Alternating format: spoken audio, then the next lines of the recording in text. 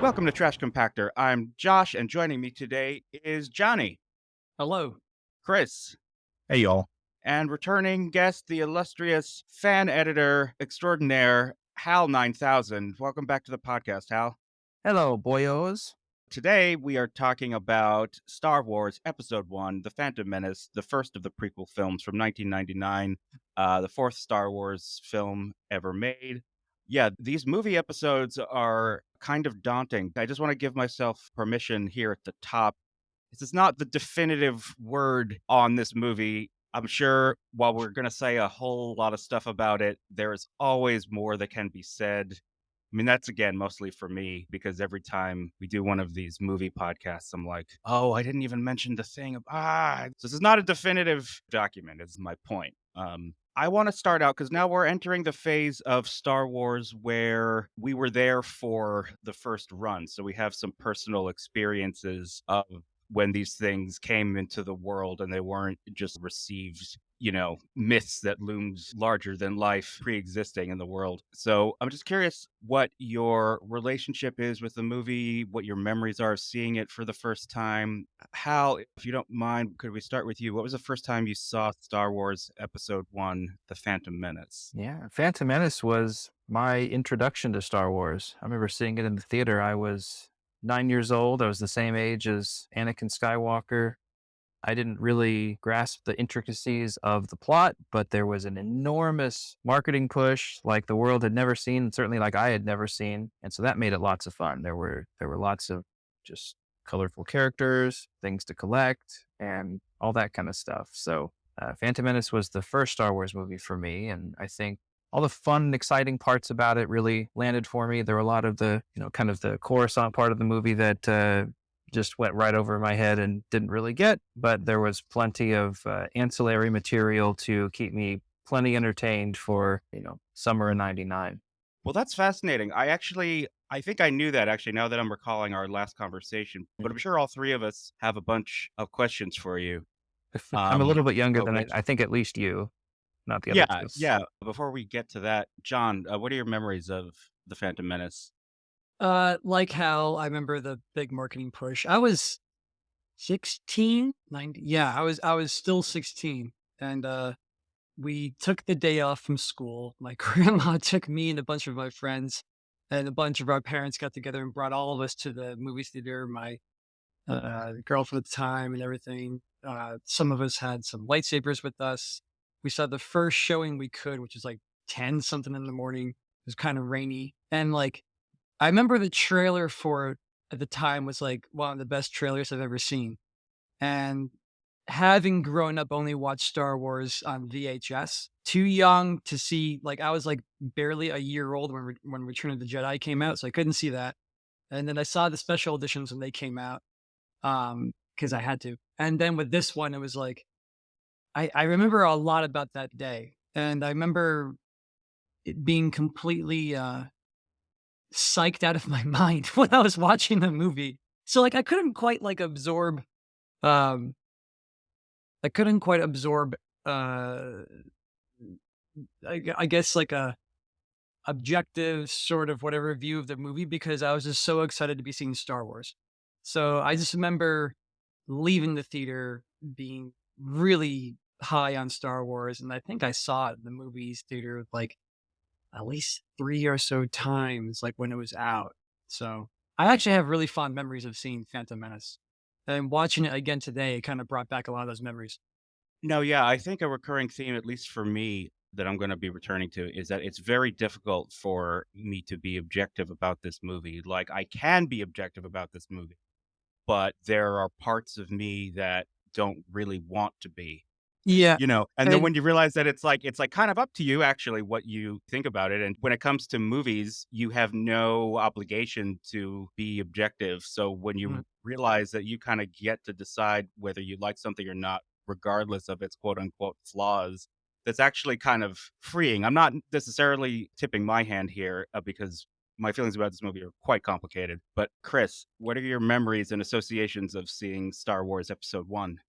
I feel a little badly sharing these just because I feel like I'm poaching you, Josh, since we saw it together. Well, actually, that's not entirely true, but I don't want to tip that. So my first experience watching it, we had set up Josh, I think Dave, and there was a fourth with us, wasn't there? I don't remember who was there, honestly. Okay. I know it was you, me, and Dave. I was pretty sure there was a fourth, but I know that we went and we saw the midnight showing of Phantom Menace. And it was something we really, really enjoyed. Wait, oh man, now I'll be honest. I no, it wouldn't have been the midnight showing, would it? It would have Well been earlier well, than that. so I don't remember exactly who was with us. We were online. We lined up for the midnight show, Okay. We because were just there super early because I remember it was daylight.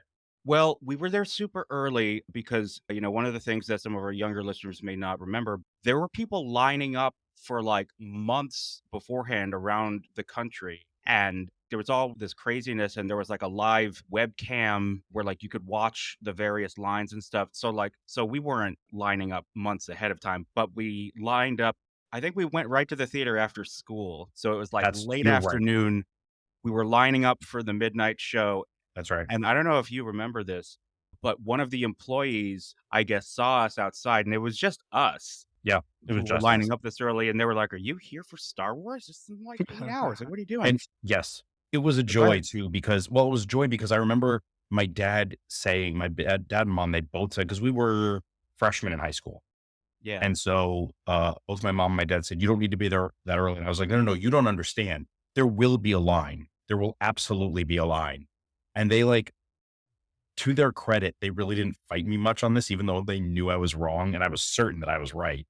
And we 100%, we got there super early because I remembered it was daytime that we were lining up and we had lightsabers because the movie theater we went to go see it at was was in a plaza, and there was like a pizza place right there. There was a Carvel ice cream right there, and so we really had everything we needed, including KB Toys at the end of the plaza, which I absolutely went to because we weren't going to lightsaber duel the entire time. I brought my Game Boy, and I went and I bought a Pokemon Red at KB Toys, brought it back, and alternated between lightsaber dueling in the plaza and playing Pokemon Red. I remember that very, very distinctly. Wait, but you're leaving out the best part, though. Um I'm letting you share the best part. This is oh, you're like giving my it to specific experience. Yeah, go for it. Oh. Oh, okay. Well, Because you so started it. I feel like you should end that. I was filling in some color stuff on my own personal experience then. no, so the one of the employees sort of was incredulous that these 4 kids were lining up outside, and he was like, "We're about to screen it for the employees right now. Do you guys just wanna come in and see it?" And we were like, That's amazing. "Do we?" So Why so would we say we no? so yeah, so we got to see it a little bit early. I mean, albeit a few hours early. So you can tell your parents, or maybe you did 25 years later, however long it was, that I'm it sure I that it told paid them. off. When the movie was over, of course, we went outside and got back in line because Yep. we had There tickets. actually was a line at that point. Right, at that point, there was a line. Chris, do you wanna tell the most embarrassing part? At least from my perspective. There was literally nothing embarrassing about this experience, Josh. I no, Well, I think I'm gonna take a guess at what you felt was embarrassing. And I think in the moment, maybe I think I was riding too high on the because here's the other thing that people I think need to know ahead of time. We absolutely bought tickets for 12 consecutive showings of this movie, y'all. 12. Oh my 12. god. So we knew going into this that we had gotten off of school. That's We were going to see the absurd. midnight showing. We got to see it early.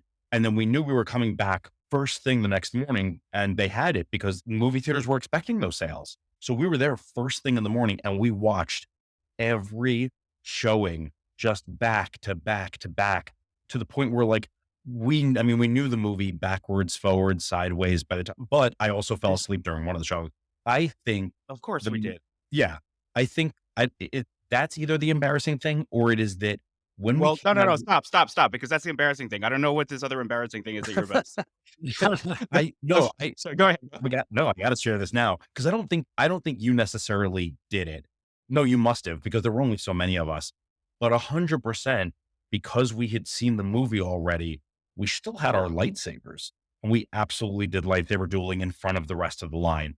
I remember like not at all being mortified by that. I think I would have been like just a year later. I was just just at the right age to not be mortified. Yeah, we were just at that age where like we were. My choreography looked really good. Like I'm certain of it. It looks great. Like it was impressive. So I was glad other people were there to witness it. It spoiler alert if you can't tell from my voice since you can't see my face, it wasn't. But Yeah. but that was my I also because I feel like I've been going on and on here, and I'm gonna throw it back to Josh since Josh also like shared in that experience. But for me, I loved it. I remember our friend Andrew did not see it, but he was in love with The Matrix at that time. And I insisted episode one was absolutely better than The Matrix. Oh, yeah. Absolutely. I really enjoyed it. It hit for at that age for somebody who had not gotten new Star Wars for a really long time outside of reading the books. For somebody who also hadn't really experienced it in theaters outside of, as you said, the special editions, John. And even one of those I think I missed. Um, it was it was magical in a lot of different ways, and I was meeting and at that age, I was still enjoying seeing characters like, "Oh my god, 3PO. 3PO was part of this." Spoiler alert for anybody who hasn't seen it. There are gonna be spoilers here. But oh my god, like, it turns out Anakin built 3PO. Like, those things all landed for me at that age. And also, honestly, this is also before I was, like, much of a writer or anything either, so I didn't see it as heavy-handed. So it hit all the right spots for me. I did. I love that movie and really and still, that score, Duel of the Fates, Yeah, absolute, absolute magic. So Yeah, no, one thing I don't think that anyone can argue with, or that anyone would argue with, is the score for this movie is fantastic. I think John Williams, it's among the best work he's ever done. Duel of the Fates. I agree. You can imagine my horror. I used to like blare Duel of the Fates in my bedroom with the window open. And my mother was very, very worried that people on the street might hear it and think I was listening to, I think she called it demonic music. Uh, I was like, Well, so you know what's crazy? Like the Duel of the Fates music video was played on TRL on MTV, was like voted #1, and like it was played on loop like a million times on MTV. Like this movie and the marketing around it and the excitement was like this was maybe the most anticipated movie of all time. And I don't think there will ever be another movie that is as anticipated as this movie. I still think it's the most anticipated I movie of think the all world time. has also I changed at agree. this point. So it's Like, really, no, but that's my Mhm. point. yeah, No, but that's yeah. my So point. I agree. I think that's set in stone. It's done. Yeah. I don't ever think you're gonna get a bigger movie than this.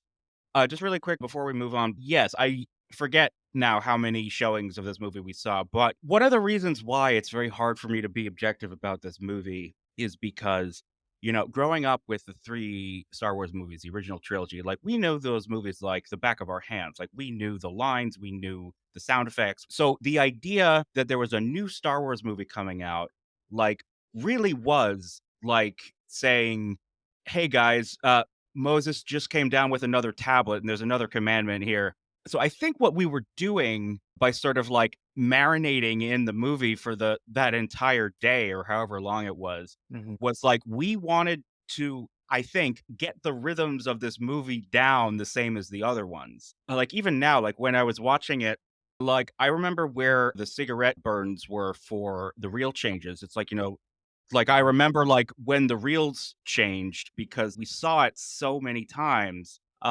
For any of our listeners who don't know what that is, movies used to be screened on 5 or 6 physical reels of film, and they would have to switch reels to keep the movie going, and there was, like, a little circle that would appear on the screen to cue the projector to switch over to the other projector, and that's what that signifies, which actually reminds me, actually, the trailers for this movie that played with this movie were for Fight Club, for Titan AE, and for Mystery Men. I have those Uh-huh. memorized too. I'm tempted to ask you to recite one of those. I bet you just I about probably could. could. Yeah, wow. A whole flood of memories are coming in. But I want to ask you guys, I could be crass and I could ask you if you think this is a good movie or a bad movie, but I'm not going to ask that because I don't Wait, even wait, know. wait, wait. Hang on. Because Josh, you have not yet shared your first viewing of the movie. No, I did. No, you didn't. I That was did. It was yours. You saw it Oh. before I did. Oh, were you not there for when they let us see the No, I was there for that. You saw it before then. I did? You did. You didn't tell us because you didn't want us to be like you wanted to be there for like our first time too. I swear to God, I have no memory of what you're talking about. You saw it with Jordan. How did we see it? I don't remember. I just remember this was something that we had discussed because we had a big debate. You and Jordan were on one side, Dave and I were on the other side. And the argument went that you can't kill somebody by stabbing them with a lightsaber because as long as you didn't have anything vital, it would Oh, because it would cauterize cauterize. everything on the way Oh, out.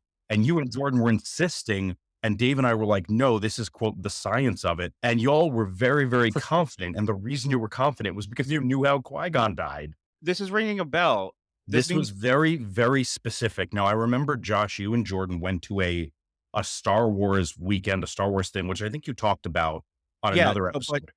but they didn't show it at Star Wars Celebration Okay. in Then, yeah, I'm not sure when Yeah. I just know that you were both very secure in that argument. And Dave and I kept insisting otherwise. And you were like, you couldn't be swayed. And then we saw the movie and you were like, you guys were both like, yeah, that's how Qui-Gon dies. And that's how we knew that like a Are you stab with a lightsaber sure? will kill you. Are you sure that? Wow. Okay. How did I this don't is know. I don't insane want to, I because don't want to what this hijack. means? No, what this means is that I literally don't remember the first time I saw this movie. All right, I'm gonna have to make some phone calls after this, but okay. Anyway, so is this a good movie or a bad movie? I'm not gonna ask that question because I don't even think I can answer that. But I'm curious now. So it's 24 years later. God damn. Yeah, sorry guys. Yeah, I'm right there with you, John. I 4 years later. it literally pained me.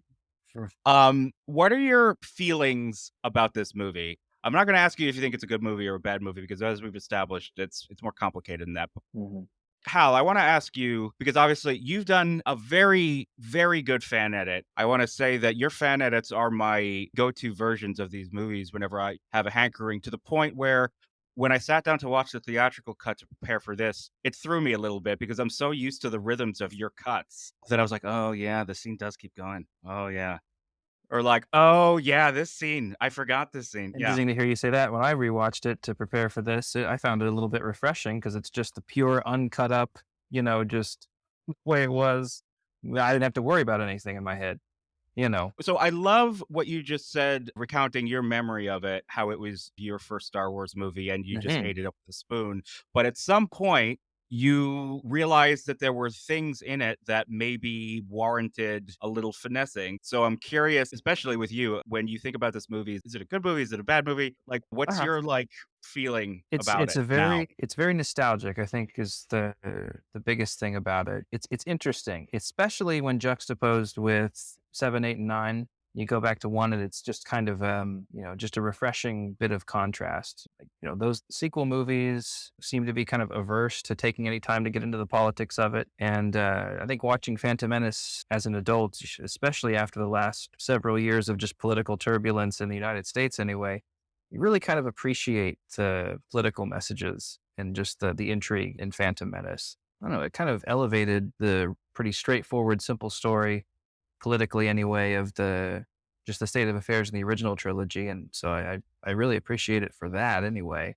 Yeah, overall, it felt nostalgic. It felt like kind of a link to a little bit older Hollywood kind of production. For example, when they go to the underwater city, Otagunga, you see several establishing shots from the outside. They go inside, you see a few establishing shots. The camera pans a little bit.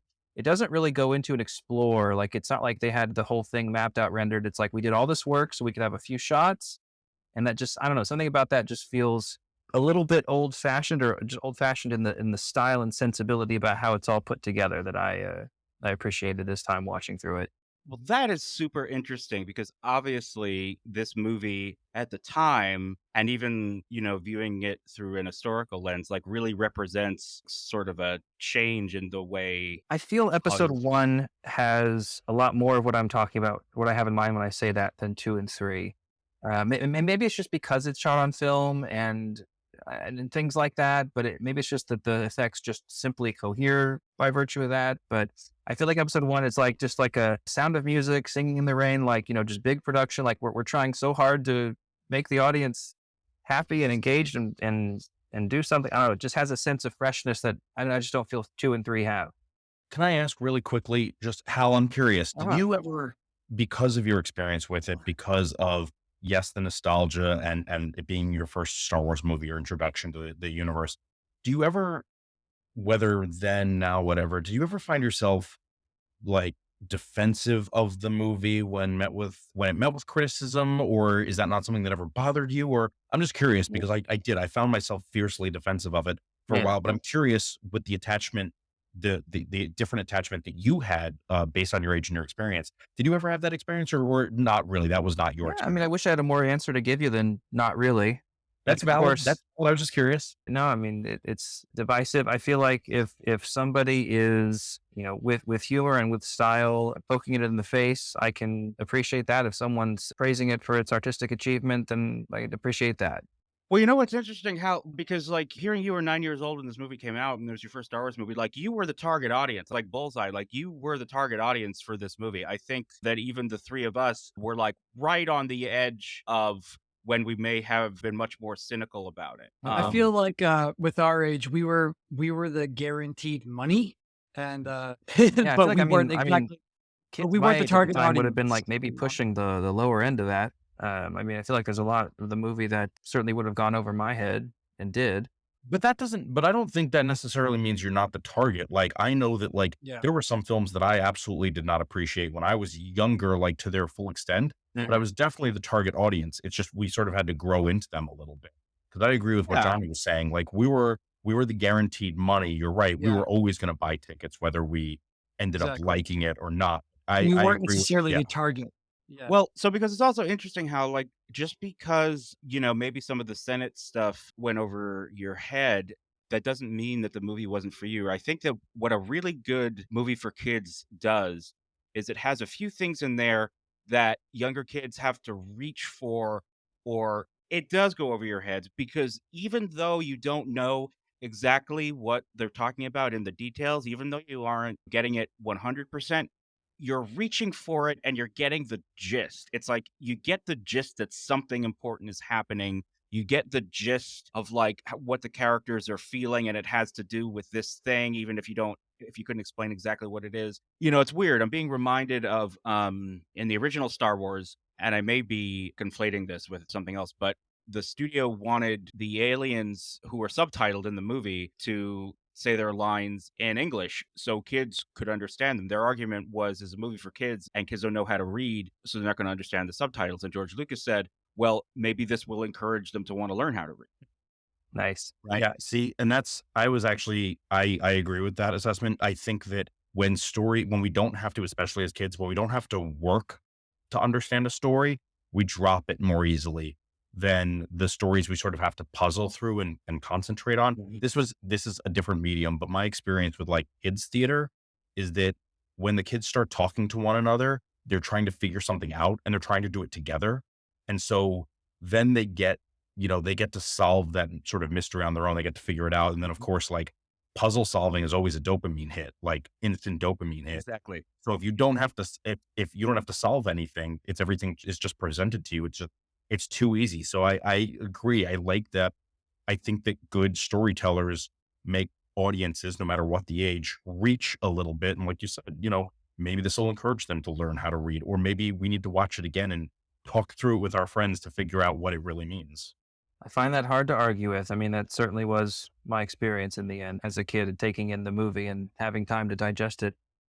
It's kind of funny because having seen the movie, I don't know how many times now at the age of 40, I was watching it again today, and I forgot that like even late in the movie, they're like, "So you're going to sign this treaty, right?"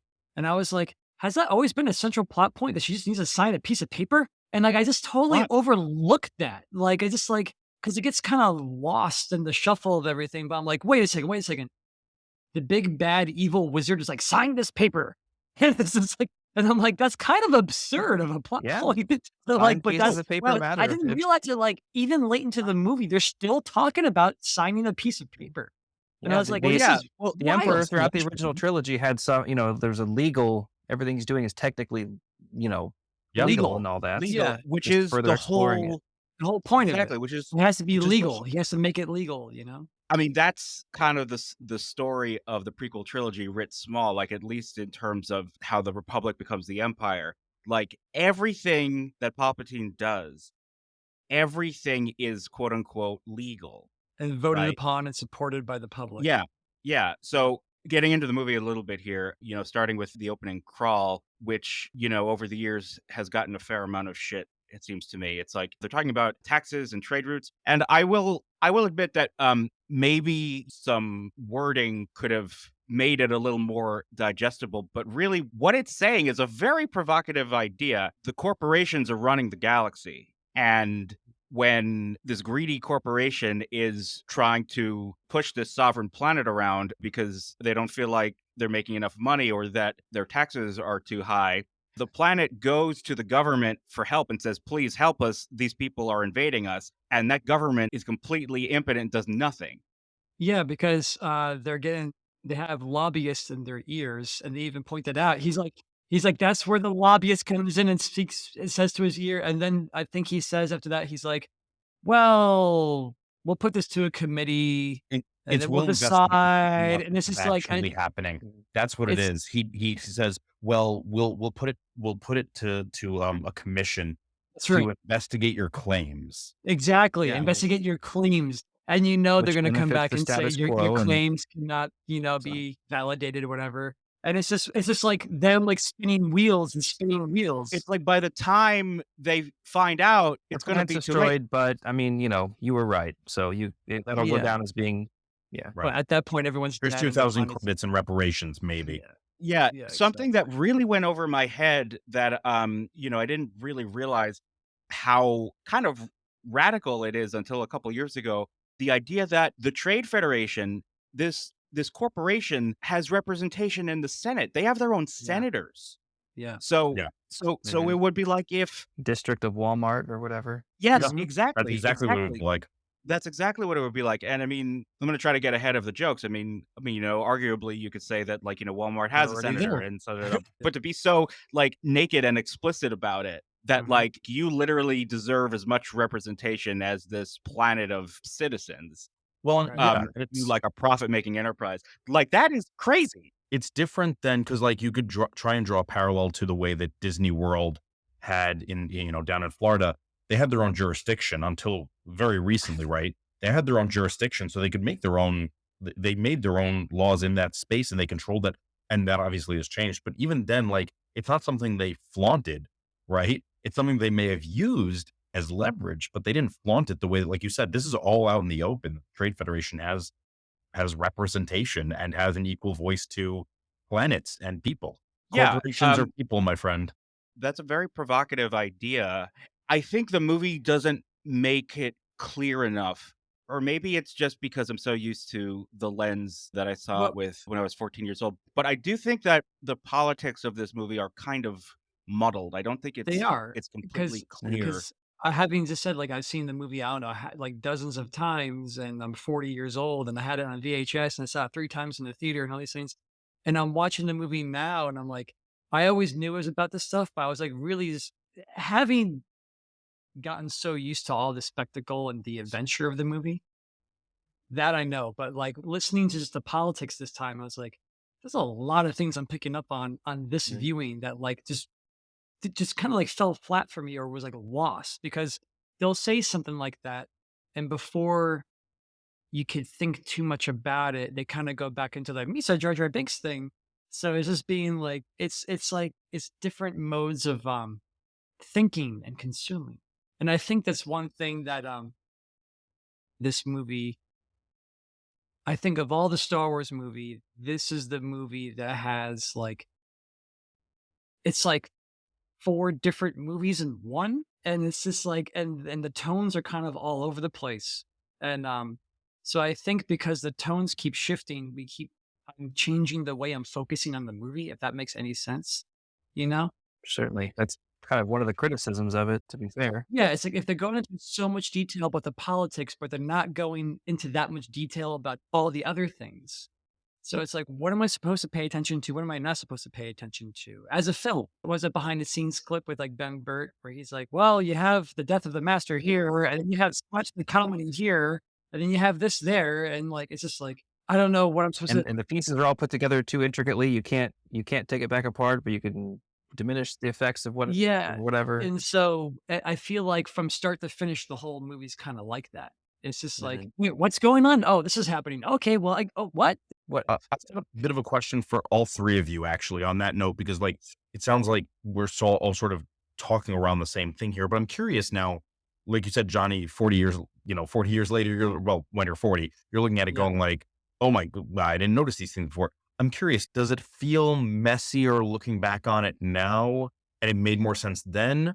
Or was it that you didn't think about it? Or like how do you feel about it then I versus now in I terms of like, always well, okay, so overall thoughts on the movie is that even back when I was 16, the more I watched it, the more I was picking up on things that were kind of like, wait a second. And like, because and so I think I think back then I had the same feeling as I can kind of like as objectively as possible as I do now.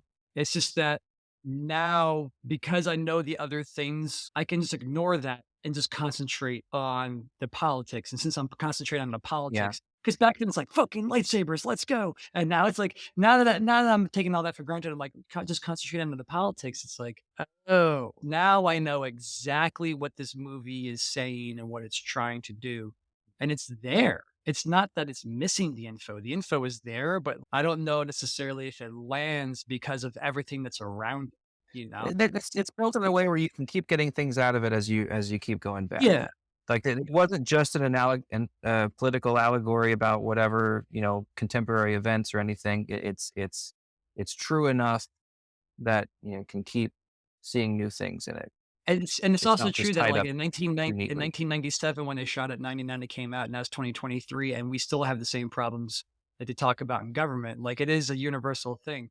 But they have that little West Wing nugget of wisdom, this West Wing episode in like a Mhm. Ren and Stimpy cartoon, in a G.I. Joe cartoon, and Battlestar Galactica episode. And so it's just like there's a lot of layers that like have nothing to do with it that you have to kind of like peek past to get that, if that makes any sense. Well, Chris, to answer your question, I would say that this was something that I felt at the time, even as a 14, 15-year-old. Like the fart jokes, Yeah. Jar Jar steps in shit, and like the tonal whiplash was like very extreme. And I don't think it's helped by the amount of computer generated imagery that kind of gives it this like cartoonier feel. And you could argue this point. I heard somebody who saw the original trilogy when they were originally in theaters, and he derisively refers to Return of the Jedi as the Muppet movie. So maybe this is something that's, whatever age you're at. But I do think that there are some aspects of this movie that are intentionally childish or child friendly, Mhm. and some that I think are inadvertent. For example, the Jar Jar character. I think the idea of an alien character that's paying homage to Buster Keaton and stuff and is doing a lot of physical comedy is not a bad idea necessarily. But like even as good as the CGI was, and I know that it was revolutionary, when I was watching it, there are ways that Jar Jar moves that do look like a cartoon Mhm. at certain points. I think when you have the fart jokes and the poop joke sitting alongside details of like tax policy and stuff like that, you need a deft hand to, ride that line and thread that needle to kind of make it all feel like it's of a piece. Yeah. But that said, Mhm. one of the things that I appreciate about this movie kind of is how ballsy it is. Like, it's not something you would see from a Star Wars movie now, I don't think. It Yeah. definitely doesn't play it safe in that regard. To pick up on the politics a little bit more, it's got a real kind of it's got a cynical outlook that doesn't get resolved neatly and kind of ends in tragedy by the time I was going to say the trilogy's over, even though just the movie's over, really. totally. Yeah. And it's hard to imagine that coming from anywhere other than kind of a indie filmmaker like George Lucas, rather than a studio's not going to like write and produce that script with just that kind of outlook. Well, and I really struggled with what you're talking about. This I watched it last night, and I was talking to Johnny about this before the podcast. The last time I had seen the movie before last night was probably pre-pandemic. It was just before or just at the beginning of the pandemic because I was playtesting Star Wars Armada, and they were going to be dropping the ships from the prequels, and I didn't remember enough. So I'm like, I better go back and like, watch for like flavor and how does this feel and blah, blah, blah. Um, but the thing I'm really struggling with, or I really struggled with last night as I was watching it, is like, I love the idea of the Trade Federation. Like looking back now, it's like all the money, all the power. I love it makes sense. They have all these droids. Like it all really worked for me Mm-hmm. so close when I look back on it. But the bad general Asiatic impression that they do, you've got the Yeah. slit eyes, you've got the bad accent, like the general quote Asian accent. There's a yellow peril thing that's happening, and it's like, oh, Mm. y'all were so close. Like you literally could have changed the voice and everything else would have worked. But instead you end up with this like very like the low cunning, these Trade Federation types are cowards, says the white guy about the Asian people who are interested in money and won't confront them. Like there's a layer there that I genuinely, sometimes this stuff is intentional. I genuinely don't think it is, but a voice was picked, an accent was picked for this race.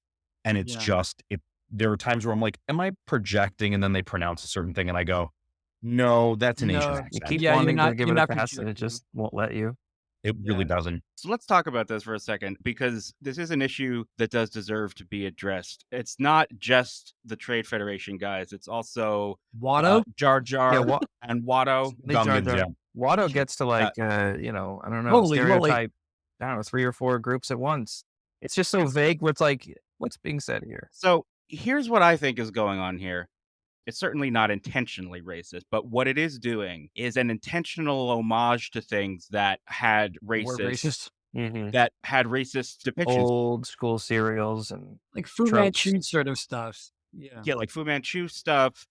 And like, I don't think that there is any intentional racism, but when you import the tropes of something that's a product of another time and you fail to, examine what maybe is behind some of those tropes and some of Yeah. those things, you are also importing the racism, whether or not you're aware of that. So Is it's a that just a problematic. necessary, well, maybe not necessary, but is that just kind of a part of it being, from indie filmmaker like George Lucas rather than a big studio kind of a thing where that probably would have Probably. been more under the microscope?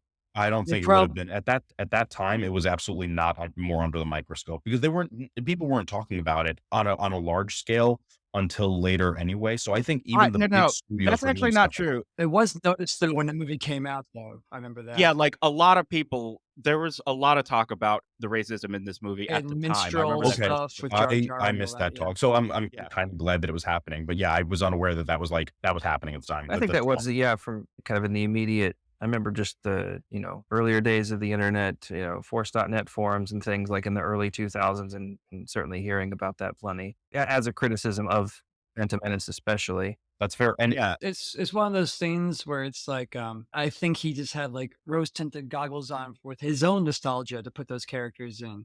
sure. Because sometimes people don't understand where the things they like come from, Well, and he I didn't think have the other viewpoints there either. So I'm right there with you, Johnny. yeah, Because it's not like he had other Asian actors, and the one black actor he had, you wouldn't know he was other than Samuel L. Jackson as Mace Windu. You don't know he's black because he's Jar Jar Binks. He's an alien, right? So well, you yeah, don't. son of Captain Tanaka as well. Oh, sorry, you're right. You're right. Tanaka. Yeah, What's interesting about Jar Jar and the accent is, I believe Ahmed Best is also on record as saying that he doesn't find there to be any racism in the performance. Like, I think there are like levels of racism here. I mean, not for me to be the arbiter of that as like a white guy, though I am Jewish, so I suppose I could have something to say about the Watto depiction, even though he's also a caricature of Italians and Middle Eastern people in general. So, I mean, that I think is the defense. The defense is these are he's aliens. racist. I'm not saying that it holds water. No, of Yeah. course. It's like the goblins. It's like the Harry Potter goblins, where it's like, Yeah, yeah, I know they're mythological creatures. We also know what you're doing there. yeah. No, and also like, where does that myth come from, guy?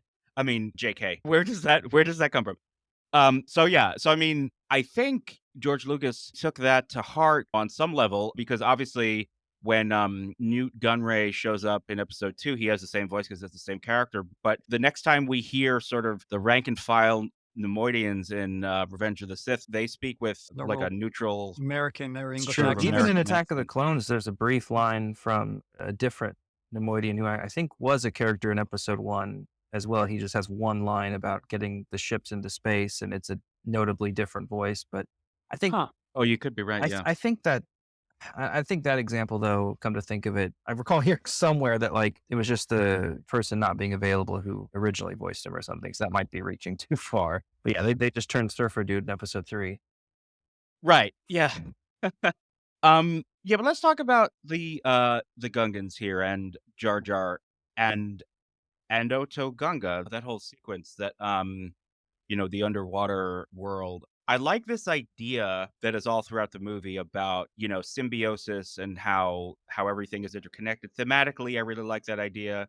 Nice counterpoint to the political cynicism is just, balance of nature and cooperating or whatever. Yes, exactly. And I like the idea of the Gungans and the Naboo are sort of these two civilizations who call the same planet home, but sort of have antipathy for each other at best or outright hostility for them at worst. Over misperceived slights, which I like Boss Nass saying, "You don't think you're better than the Gungans?" And she just doesn't answer. And he's like, "Oh, okay." But the Yeah. lack of contact, it was implied that you Yeah. thought you were better than us. Yeah, I mean, I think that's cool. I like that. I don't know that the Gungans work as well as maybe they were intended to. And I think it's for many, many reasons. But Hal, I'm curious, in your fan edit, correct me if I'm wrong, you cut out that entire sequence, the Oto Gunga sequence. Isn't that right?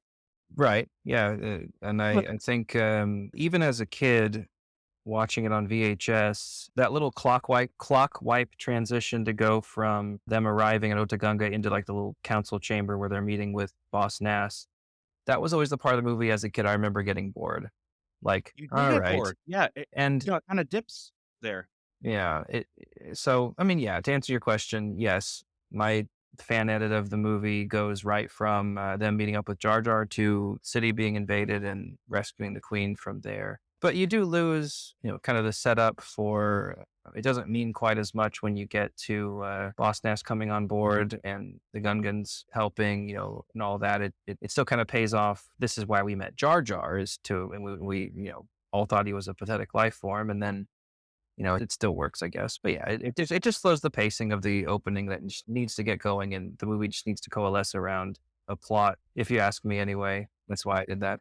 When I watched this movie, I had so many questions about like aesthetics and stuff like that, and direction choices, which I want to get into later. But one of the things I kind of see is like, I feel like it's almost like kind of like a first draft sort of thing, where it's just like, it's almost like, this probably would have landed a lot better if he just did this one thing, or if he just did that one thing. And there's even a precedent for something like this with like the story of like Dune, where there's like locals who live in the desert who have nothing to do with the universe empire Yeah, the Fremen. becoming. Yeah, exactly. And then so the Gungans are basically like Naboo Fremen, and they live in the water, but they're not. They're just kind of like, oh yeah, we're underwater. And it's like, why aren't they talking to each other? And like, as the audience, like, they get so into the minutia of her signing a treaty, but they don't get into the minutia of that, which is like a huge part of the story. And it's Yeah, like, like, why don't they talk to each other? why they don't have they fun? talk about that? And it's like, and why are they like it's just like, I just feel like if he just had like another month of writing, like it's kind of like when we talk about the prequels in the I guess they 80s, just, like, got to get some shorthand in there of just, like you just have to import that as a trope and just move on to the story, I guess. he's just like, here's what it is. It's not important. But I'm like, isn't it important? It's Like, because I it's a don't know. means to an end. It's used as a Yeah. means to an end. That's the problem. That's What's super interesting about that, though, John, is that this is not a first draft. There were I several know. drafts. I So, and know. actually, It's the weird. the earlier draft loses a lot of really interesting concepts. Like the queen is kind of racist toward the Gungan. She herself, By the way, she's like, "What is this Gungan eh, aboard the ship for?"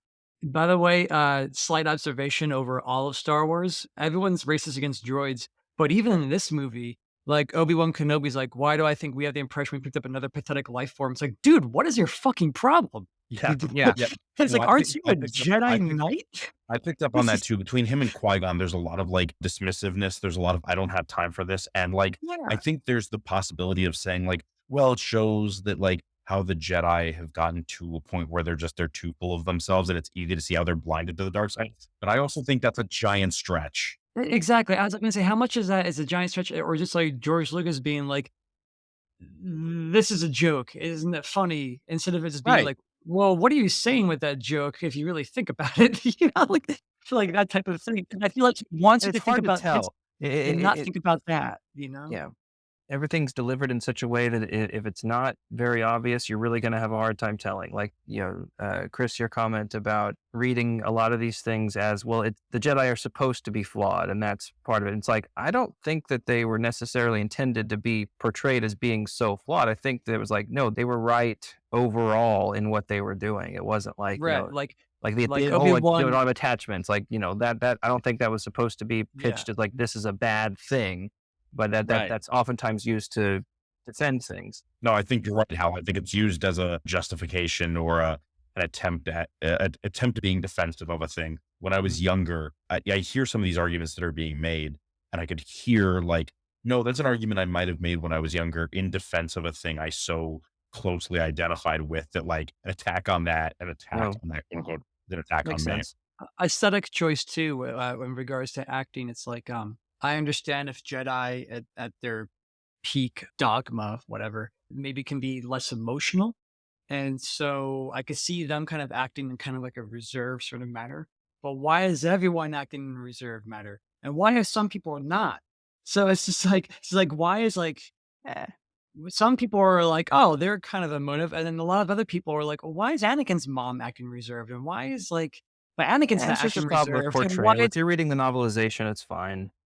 but yeah, but it's just like, but it's one of those things where it's like, it's not like I know these actors are good because they all come from good film and good theater, and they're in this movie, and you can tell it's a distinct thing, like watching like a Wes Mhm. Anderson movie, how they all kind of have this Wes Yeah, Anderson it's just direction. stylized. It's this George Lucas thing, It does but make it hard to to tell. go from the original trilogy to this, it's like, why the change? Like, it's funny because if you watch like all the way through the Return of the Jedi, and then you watch this, you're like, why is everyone acting this It's way? not that big of a change from Return of the Jedi. Take the scene where Luke and Vader are talking before they go up to the second Death Star. They're, come with me. That scene. Yeah, It's but Luke is calm because I can see he's getting into that sort of Zen sort of Jedi thing. But Leia and Han and Lando, they all have like yeah. there's like these emotions, and everyone else is like, You're right you know about what I'm trying that. to say? Like, If Natalie Portman and Ewan McGregor, say, just to pick two actors from Phantom Menace specifically, since that's what we're talking yeah, about, if they were acting out for Phantom Menace a scene just like the one between Luke and Leia where they revealed that they're siblings, they you're not wouldn't be going to get a whole lot talking of with emotion out such. of it. Yeah, Yeah, it's like, why are they acting this way? It's we and like it's to me, it's like it was just a direction choice where it's like he's trying to do something here, but I couldn't quite figure out what it was he was trying to do with that or is that choice. your read of it because that's just the way it's being pitched, but really behind the scenes, it's just he just wasn't that great at directing the actors. I mean, just to be blunt. No, I mean that's valid, and But they I were actually told to take it back a notch. I've heard some of the actors say in the interviews, like, no, like a little bit more, like it's weird. It's like instead of faster, more intense, it's like not as fast, less intense. Like well, and the Vader thing in Jedi, what you're talking about, Hal, it's funny. I'm going to have to go back and rewatch it now, having talked to you about this, because the way I always perceived it was always in the context, and maybe I'm just not able to extricate, and that may just be the case. But I always saw it in the context of all three movies, and seeing Vader mellow from New Hope into Return of the Jedi. There's a sort of acceptance there, and there's a sort of like mellowness there that indicates that like, no, Luke is right. There's something there besides anger.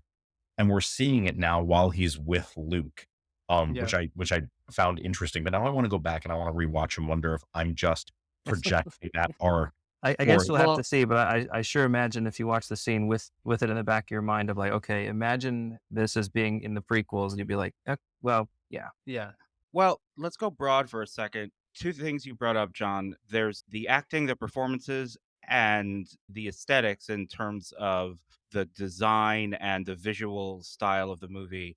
let's just talk about the acting first, the performances first. Mhm. We know because we've seen a lot of these actors in many other things. They're fantastic. These are all very good actors. There is kind of a, I want to describe it accurately, but not be unkind. There is kind of a stylized quality, sort of a reserved quality. And before you said what you just said, that you've heard some of the actors say that they were told to bring it down a little bit. Like, my read is you could argue that this movie so far of the 4 Star Wars movies is the most pure, uncut George Lucas that we've gotten so far. Yeah. He directed the original Star Wars, but under, sort of very stressful circumstances and limitations, and there were other directors who directed Empire and Jedi, and there were other, sort of things going on. And, this is the movie where he had full control for the first time. Like Yeah. he Big could agree.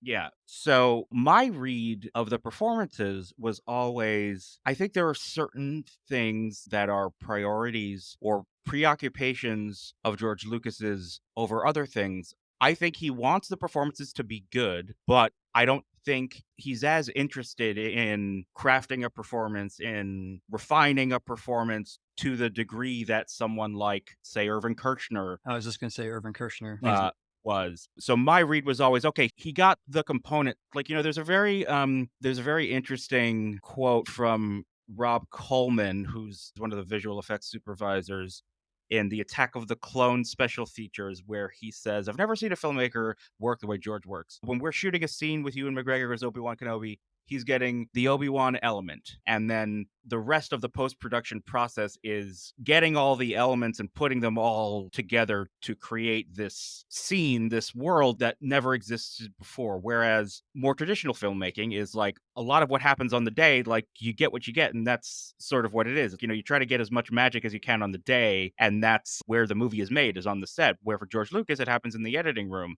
So I think what I'm trying to say is I think or I thought that it's not so much that he was choosing this style explicitly as it was, he was getting them to where he needed them to be and no further. Yeah, I like agree. you don't I wanna say think the it bare is. minimum, but it's kinda just like, just get it done. You have the element and then edit that, make the scene without actually seeing the back and forth that most acting is, which is like listen, respond, react. Mhm. He's just like, okay, now you're angry. Okay, okay, and then whatever. I think you're right, Josh, and I think it also. I think that there is a style choice that is kind of older Hollywood, kind of a like just stuffy old black and white movie, where I don't know, it just is in a certain register as well. So those two things put together, I think, gets you what we see. That is true. Like there definitely was an intention to make it, I think, a little more arch. Is that the word? It's a little more I know what you're talking about. it's more formal and restrained, and I think that's supposed to go along with the different moment that we are in the Star Wars universe. I think, things are a little more refined. I think things are a little more, restrained. I think that's kind of the idea, but that said, it still has to feel alive. It still has to work as a movie, right? Yeah. And I think, sometimes maybe there's something that could have been there that had a little bit more spark of life. Well, if you talk about the characters are kind of like, which one is Obi-Wan Kenobi? He's the younger Jedi Knight with the blue lightsaber. Which one is Darth Maul? He's the guy with the red face paint and the double lightsaber. It's not like he's the sarcastic one that's got a chip on his shoulder. It's just like, it's just kind of like, who's Amidala? She's the queen of Naboo. Like but like, who is Padme? Like, Mhm. Yeah, like they don't what really is have like, like who is distinct that person? And it's personalities. like, she's the queen of Yeah. Naboo. Oh, okay. Like that's all you get, Anakin, he's the kid. Yeah. Though he does show a lot of emotion and compared to everybody else. That's true. The other thing that I just want to touch on briefly is the visual style, the aesthetics. Again, I think a lot of it is kind of not that it's unintentional, but it's sort of incidental. The fact that there's so much reliance on computer generated imagery when it was still a new tool. It's Mhm. still the 1990s. It's only 6 years out from Jurassic Park. It's like, not what it is now. And I do feel like, it kind of gives this movie this weird uncanny valley quality. Sometimes it gives it a cartoonish quality that I don't know serves it well. Well, let me jump in there to kind of disagree with you a little bit. As I was watching it last night, I felt that the effects really cohered pretty well, at least relative to 2 and 3. And maybe that's because it was shot on film. But there were certainly, the CG elements. You could tell, okay, if they were being generated today, they would be a higher resolution, or there'd be more layers, or be more complex, or what have you. But I don't know. Maybe that kind of thing just doesn't tend to bother me in general. But I felt like it cohered, well Yeah, enough. I kind of It had an I old Hollywood feel, like I said before. yeah. Like you kind of like, oh, and you can kind of see how they're making the movie a little bit, but you kind of appreciate it for that rather than this has just been so thoroughly vetted with so many layers of everything like there might be today. I kind of admired it for it, I guess. It would work. I didn't have a problem with it. I watched it kind of like it's like looking at 1940s matte paintings a little bit, where it's just like to me, Mhm. like this is coming from a guy that like is totally not into CGI as much as practical. But even watching all this today, I just like it didn't really bother me. It's a good Like it blend. It's just it's it's it's like far it from just all it, CGI. Like it there's is. There's a cool. lot of great It's sets. Yes. There's a lot of great things going on that's actually very practical, and some of the CGI I thought was kind of impressive, specifically like spaceships and stuff like that. But even when it became cartoony for me, I was just like, it didn't bother me. Like I just kind of saw it as like a dated movie that's like, well, that was what they had at the time, and then I just Mhm. kind of moved on from it. You know? Bit like a Golem in the Lord of the Rings movies, where you're like, Yeah. yeah, that Back then, it was great. it doesn't look photorealistic or anything, but it didn't at the time either, and it works. I'm watching a Yeah. movie. I'm That's not what it's about. I mean, Exactly. Exactly. I'm looking through the window. It doesn't hurt to see a few little layer of film or smudge or something to remind you that there's a window there because you're not looking at the window. I broadly agree with what both of you are saying, and don't misunderstand me. I'm not saying that if it were made now, because the technology is better now, that it would. Sure, I went off Uh, on just purely reacting to what you were saying. Yeah, I won't Yeah. hold you to any of that. I won't hold you to the opposite of everything I was just saying. what I'm saying is like something that I think sort of the trademark style of the original trilogy is the fact that it felt real, that it Mm, felt like a lived-in used universe, that it Lived in was the felt. phrase. Yeah. Yeah, mhm. that it felt, really tactile. Like it seemed like you couldn't quite explain why, but it really felt like this was a real place. It was And dirty, I dinged up, had grease on the Uh-uh. walls. You could just like yeah. you could see Yeah, it, touch it. if you're aware of model making and rigs and all that kind of stuff as you are about CGI, I mean, I don't know. I push back a little bit on you there. I mean, you watch the original movies and especially the original versions of the original trilogy. You see plenty of okay. I see how they're putting this together, and I just it was the same with Phantom No, Menace and well, eh, what I would argue is I'm not saying that the effects are invisible. My sort of working theory here, and I don't want to get too deeply into this. Tangible. Yeah, like the shorthand I've been using is like seeing the human fingerprints. Like there's something about, even though it's not photorealistic, it's not quote unquote realistic.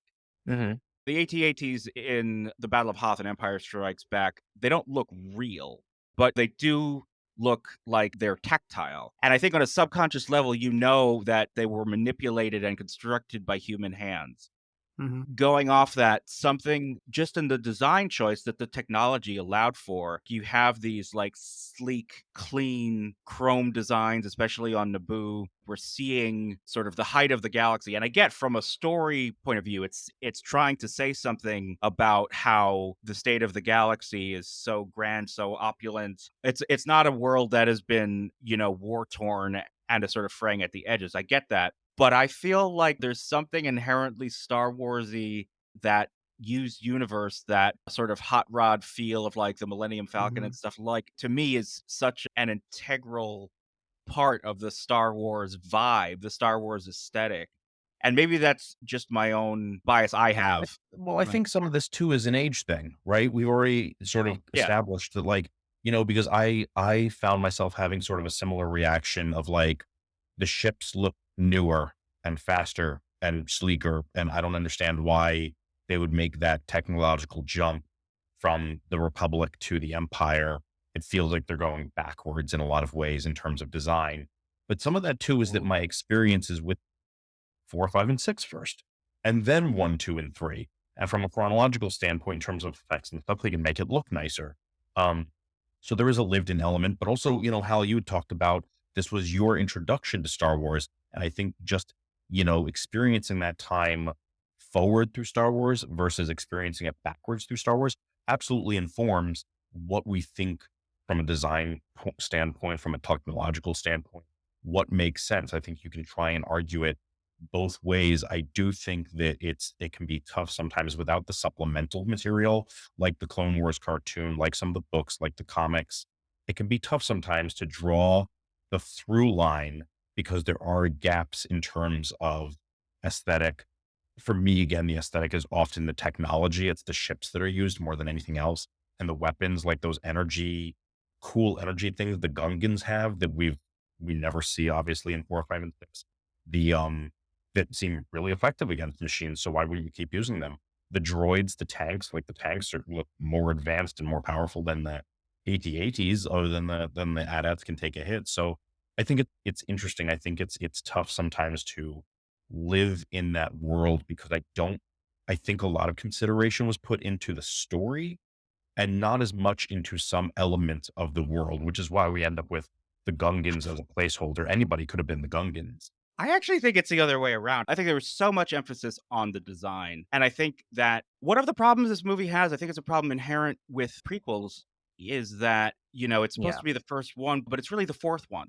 Yeah. Right. Yep. It's a problem common to all prequels. It's not just a unique problem Yeah. here. It happened in Right. So, Prometheus, which I just watched again recently. It's like, look at all this advanced tech in Prometheus that does not exist in Alien. well, yeah.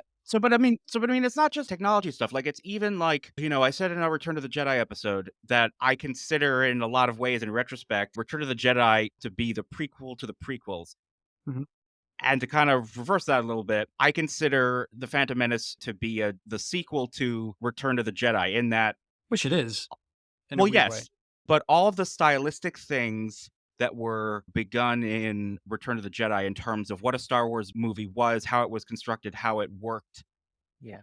are sort of doubled down on and exploded in The Phantom Menace. Like in the original Star Wars, the end battle over the Death Star, it's amazing. In the end sequence of The Empire Strikes Back, you're intercutting between the duel between Luke and Vader and the escape from Cloud City. Return of the Jedi, you're intercutting at the end between 3 action set pieces: the space battle over the Death Star, the battle on the surface of Endor, and the duel between Luke and Vader. And now in The Phantom Menace, the 4th movie, you're intercutting between 4 action set pieces. You got to list them now. Yeah, the raid on the palace, the battle between the Gungans and the droids, the space battle in space to destroy the droid control ship, and the duel of the fates between Qui-Gon, Obi-Wan, and Darth Maul. So you are seeing this progression in style, and while you can make justifications and like it kind of works, nobody watching this thinks this movie was made first. Right. Yeah.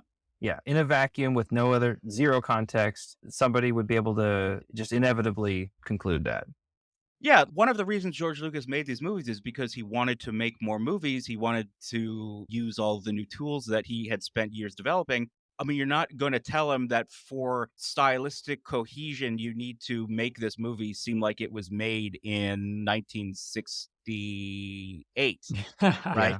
I don't think you need to try and convince him that it needs to look like it was made in that year. I think it's looking at, this is a little bit, and please forgive me if it's not a good parallel, but I went down a rabbit hole of because I enjoyed watching Rings of Power. I did. I liked it, but I was reading somebody somebody had written that they really didn't like Rings of Power, and here's why. And I was like, okay, I'm curious. And they talk about it's not as well considered, not as closely considered as Lord of the Rings were when it comes to things like travel time. And the timing is like too convenient. That stuff is not set up in Rings of Power very well. And the more I was thinking about it, I was like, yeah, no, I can hear that. I can still enjoy Rings of Power, but you're right. They did not consider as closely what the timeline should look like. Tolkien extremely considered that. Right. And in the first 3 movies, Peter Jackson also strongly considered like, okay, how long does it take to get from A to B? If we need them to get there in time, when do they leave? And also the way they told the story, in Rings of Power, it seemed like some of this stuff was happening simultaneously, and then suddenly they're there. Elrond takes a morning stroll to Khazad-dûm. Yeah. Right. Like it wasn't just, even if you argue, well, this was happening before. Right. But the way that you cut it together made it seem like it was simultaneous. And so it wasn't as well considered. And I think that's my thing with where my head is at and why the technology, it doesn't drive me out of my mind. It doesn't make it unwatchable for me. I also found myself, when I watched the movie last night, back to Phantom Menace, when I watched it last night, I was way less critical of it, and I enjoyed it more than I have probably since it first came out in theaters, honestly. I had the same thing today. Like, I was way less critical of it today. I was just enjoying it. There were things that I would like, and there was even less that I rolled my eyes at, not because it had gotten better over time, but I just didn't care as much. But the technology stuff, I just didn't think it was well considered. I think there are ways to make, even if the ships look decadent in the age of the Republic, maybe technologically inferior to some of the bulk we see in the X-wings and the A-wings. And for me, we sort of don't get that. I don't know. And This might forget me. George, I think he doesn't seem overly beholden to strict continuity anyway. Exactly. Like, I mean, I don't even need to cite examples. I don't feel like anybody who's listening to this podcast knows what I mean. So I think it just kind of fits under that. Like, I'm not, if he can make the ships look better, he's gonna make them look better. And He wants to play with his gonna be better. toys. And this Yeah. is like, he wants to make a new Star Wars movie, so of course he's going to go big bold. If anything, he'll get back around to the older ones to fit it, maybe. Yeah. Yeah, maybe. Hal, just before moving on, out of curiosity, and at the risk of opening a whole new can of worms here, what is an example of the not really caring about continuity? Oh, I that- mean, like, he felt like Revenge of the Sith was going to be a stronger story for having Padme die toward the end of the story and give it that kind of arc rather than, well, it's pretty unambiguously just told to us that she does survive that point in the timeline, in the earlier movie. But it's like, well, I shouldn't say that sounds dismissive. I mean, he it's not like he didn't know that or remember it or forgot or something. That was just a creative choice. I understand that he almost forgot to record Obi-Wan picking up Anakin's lightsaber after their duel on Mustafar. It's like, oh right, he has to pick that up because he has to get there for. He's not sitting there. Okay, how do I reverse engineer the story and make something that's going to connect all the dots? He wants to tell new stories and hope that it connects well enough. I think a bright shining spot, which I really love, is Liam Neeson. Mm-hmm. I think he really does carry the movie. He has a lot of gravitas. And I was talking about the emoting thing, and I think he's the one that does it the best with the role that he's given.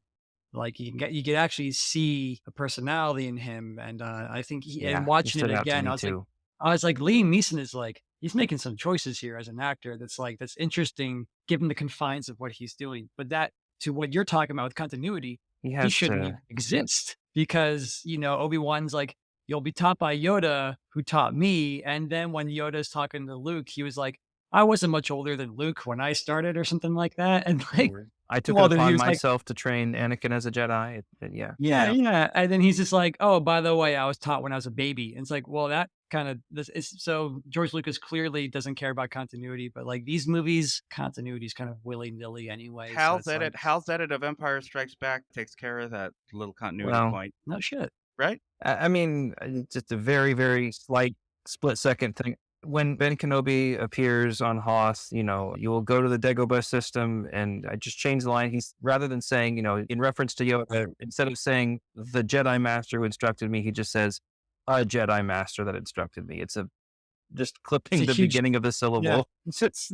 That's helpful. Tiny, but yeah, I mean, but it does. It makes a difference because I have to admit that, like, there are things, the things that they still bother me. They don't necessarily stop me from enjoying, but like one of the things that always drove me nuts about the prequels is that the way it's written in the original, in the original movie and in A New Hope, Obi-Wan talks about the Clone Wars plural. Yeah. And like, this sounds like a really like ongoing, like multiple wars, multiple conflicts. Like, it really sounds epic. And then it's just kind of not in terms of its scale. Like, I don't know if he necessarily changed his mind or he didn't know what he had in mind or this is what he always had in mind, not projected.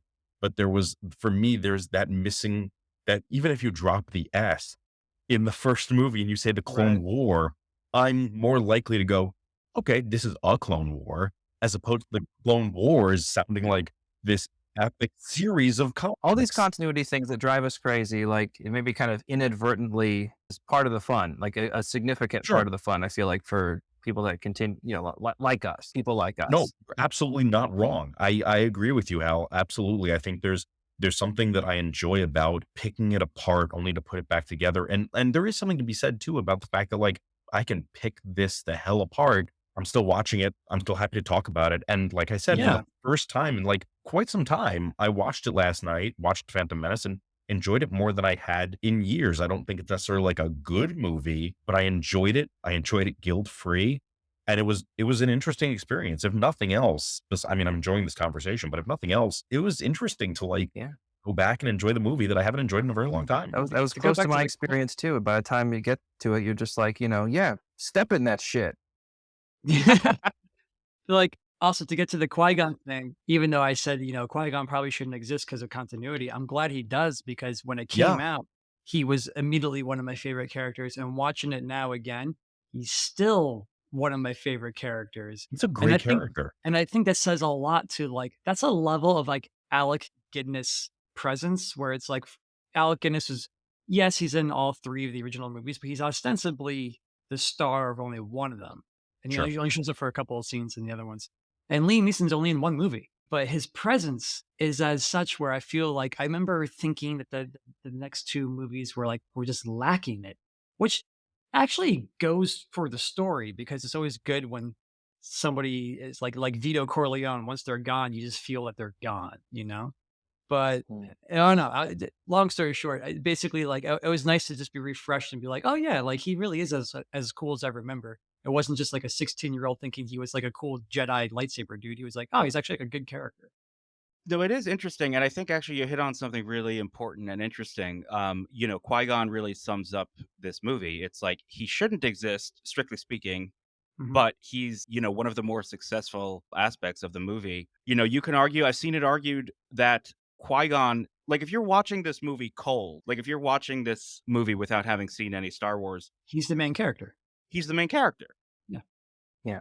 He's the he's like one Ned trying to Stark. accomplish something and who you just intuit that what he wants to have happen, it really is what should happen and is for the best. He's the engine. He's the engine that makes the whole thing go. All the action ends up being more or less based around him and his actions. Yeah. Yeah, he is literally the main character. I think of this film alone. But Well, and he's I think also he is. he's the reason Anakin gets trained, Yeah, right? Like this whole thing leads up to it's interesting, but like Qui-Gon is really he's the linchpin of Anakin's rise and fall. Well, yeah, there's that Dave Filoni quote. It's actually more than a quote. It's more like a little soliloquy where, in the behind the scenes of Mandalorian, I think is where it appeared, where he was talking about that Duel of round the table Fates. discussion. Yeah, the roundtable discussion with all the directors. He was talking about Duel of the Fates and how this duel is really over. Is the fate of Anakin Skywalker? Like, is he going to be trained by Qui-Gon, who, in theory, may have steered him clear of turning to the dark side, may have given him what he needed because he was sort of a rebel Jedi who didn't adhere strictly to the Jedi teachings, and maybe that's exactly what Anakin needed.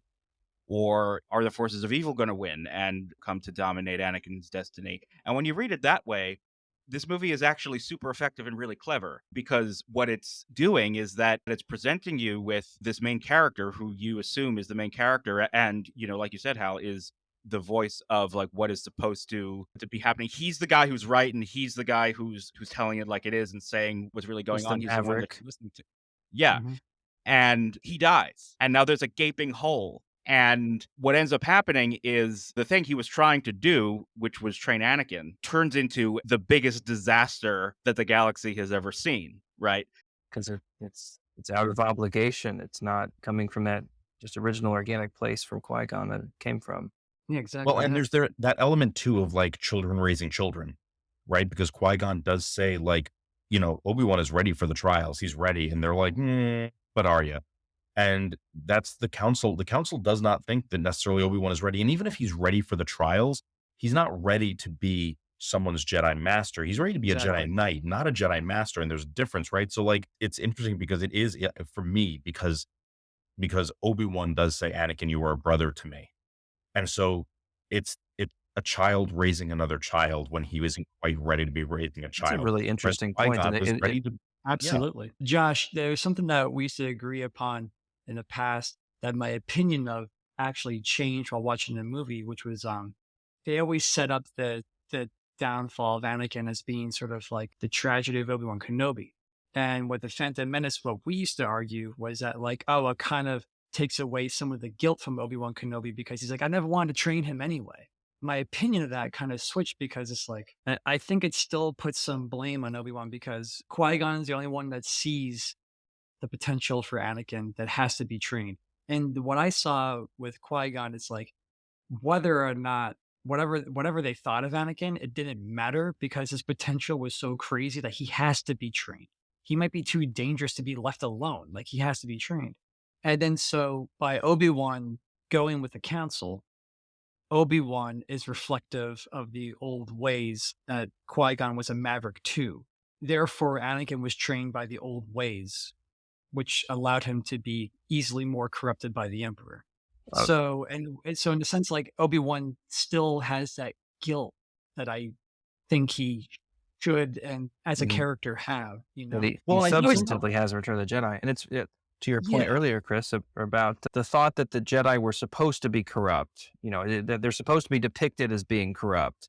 You know, not so much. They were certainly they were right in this case.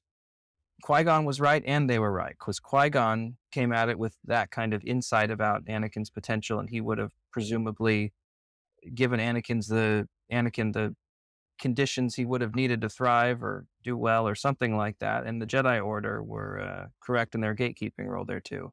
Well, I think it's tough because you're right, John. When you say about Obi-Wan teaching him in the old ways, what I'm often thinking about, and I got some more of it last night while I was watching Phantom Menace, because Obi-Wan can be so dismissive and so judgmental. He gets some of that from Qui-Gon, and the way Qui-Gon can sometimes seem dismissive and sometimes seem judgmental. I don't know if this is just me projecting. I don't know if this is me digging for layers that aren't there, and it's possible that that's the case. But like, I think a lot of times it's sort of like looking at a first year psychology student or somebody who graduated with an undergraduate degree in psychology. They know just enough to be dangerous. And I think that's where Obi-Wan gets off. He emulates some of the things that Qui-Gon does as a teacher. But I don't think Obi-Wan understands why Qui-Gon does those things. Yeah, Yeah, the, I And the the only result, mistake was for them to not be sure and to have him try it anyway. right, right. And he ends up doing these things like the things that he does, even if they're similar to what Qui-Gon did, rather than endearing the master to the apprentice the way that Qui-Gon endeared Obi-Wan to him, it alienates Anakin in a lot of ways because he doesn't understand this is what this tool can be used for. I don't know. It was just something that I was thinking about is like That's interesting. he Yeah. Really teaches, interesting. but since he doesn't know what the tools do, he's misusing them. He's learning how to be a teacher as he goes. Yeah. Yeah. There you go. Yeah. Because he's a Jedi Knight, not a Jedi Master. Yeah, exactly. He shouldn't be like he says, like the older brother taking care of the younger brother. That's basically what he was. Going back to the Jedi and the Jedi Council, what do we think of the idea of the Jedi Council? Because here it sort of seems inevitable that this is how the Jedi would organize themselves, but it wasn't a foregone conclusion. I do think it is interesting that the Jedi have this council in the capital of the galaxy next to the seat of government. Hot take incoming. Hot take incoming. That's absolutely on par with what you're saying, I think, Josh. I think Palpatine is right when he says the Chancellor never should have brought them into this, killed them immediately.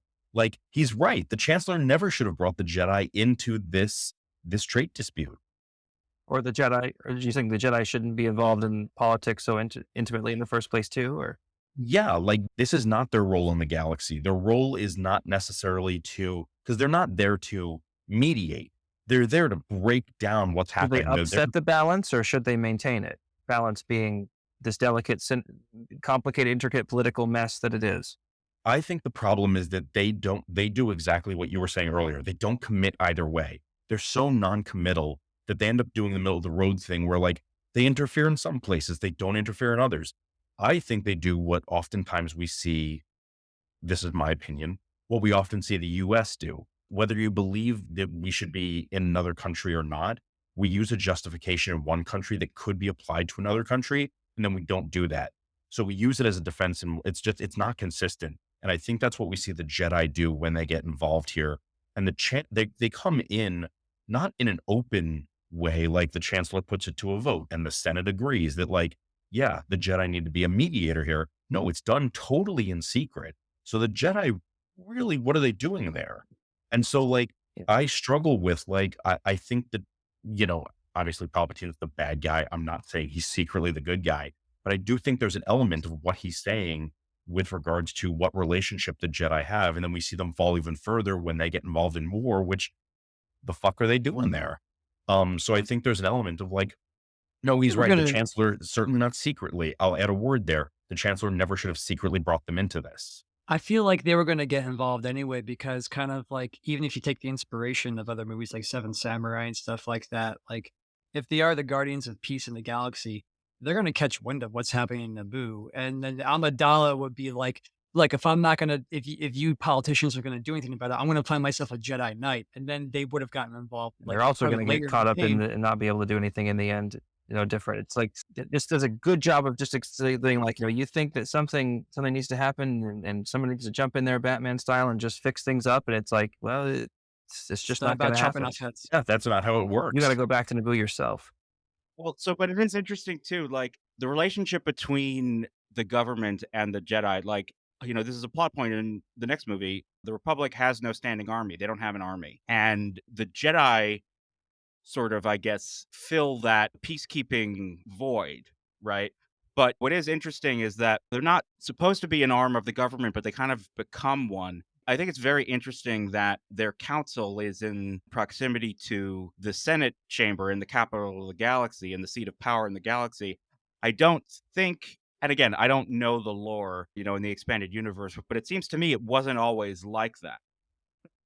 And also, aesthetically speaking, they're towering over everything around them, and they're not Yeah, they're on the sort of ground aloof and level over with the everything. yeah, Yeah. they're not on the ground level with the people. Because I always thought if they were to have some sort of gathering, I don't know, probably the way that maybe Qui-Gon would even want it would be informal gathering at a local pub among the masses, you Mhm. know?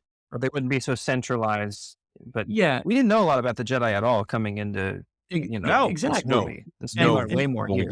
didn't. so it's an interesting choice to just kinda telegraph to the audience, like, these guys are out of touch by just having the aesthetics of where they are at, you know? Now, whether or not that's what George Lucas actually intended, I don't know. Yeah, I but don't know Seems how. What do you? reasonable to me. it works. Yeah, I mean, like, I think he intended some of this. To your point, how, like, stuff like It's still the in there. no, yeah, it's still in there. Like, I do ultimately think that George Lucas feels that the Jedi were and are righteous.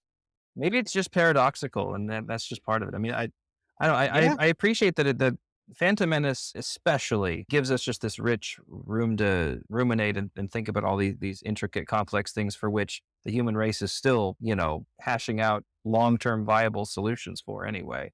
I will say this, there's a lot of things that happens in all the prequels, but it's also evident in The Phantom Menace where, like, things happen because they have to happen. Yes. And that's still like I still can't get my head around certain things where they're like, yeah, Wada will free Anakin, but he's not gonna free your mom, so bye. And it's like he's a Jedi master with a Jedi Knight with these people, and they're gonna go to like the Republic anyway, where the Republic is like infinite amount of money. It's like Mhm. you can take his mom. They And did like know, and you know what? Wada's like I and did I hear a counter argument to that. Actually, incidentally, I'd heard it today what was it? from Tell me. somebody I share my office with when I was talking to her about it. And I was like, I'm not necessarily sold on it, but I thought it was interesting because I hadn't really thought too much about it before. Although it does make me think less of the Jedi, is that the reason Qui-Gon does not take Shmi Skywalker, Is it a slippery slope? no, it's not the slippery slope argument. Attachment? It's that then Anakin can't be trained properly because now he still has that attachment to his mother. And the question also becomes, if this is how Anakin gets out of a life of slavery, his mother will let him go. But if they both leave together, would she really let him, the only family member that she has, would she really let him be taken away by the Jedi to be trained? And that's also Yeah. ultimately why he comes Well, back to, yeah. is because he's always looking back. She tells him not to look back, but he does when he comes back to Tatooine. Again, I'm not saying I'm necessarily sold on Yeah, it. I'm yeah. like, And I think, you I'm know, not. like I'm not it's entirely mythic sold on it story either. language. It has to be understood that if he leaves, I guess that's kind of the original point, just that it had to be that way. And so like yeah, like it John said, raises if it has to questions happen, it though. has to. Like, it had to happen, but the way I see it too, it's like she doesn't have to go with him on his They could adventures. free Like her and she just goes to live on Hawaii a Planet or condo, something. and yeah, they could have put him like in They Hawaii probably don't do Planet that for or any of their, infant exactly recruits or like anything. a condo in He's just Coruscant, old and be enough like, to look, not to know it because he's 9. you might not see your kid again for like maybe 10 or 15 years, but like put her in a nice, comfortable place like in Alderaan before it blows up.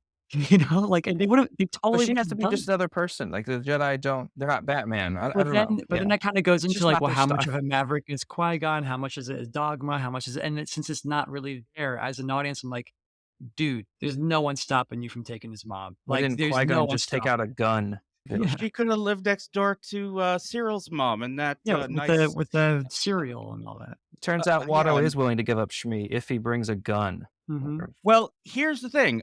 I mean, let me do you one better. Why doesn't Qui-Gon free all the slaves Yeah, on Tatooine? Why doesn't everybody do everything? Well, no, I mean, I'm being serious. This is what I mean. The Jedi, they pick and choose.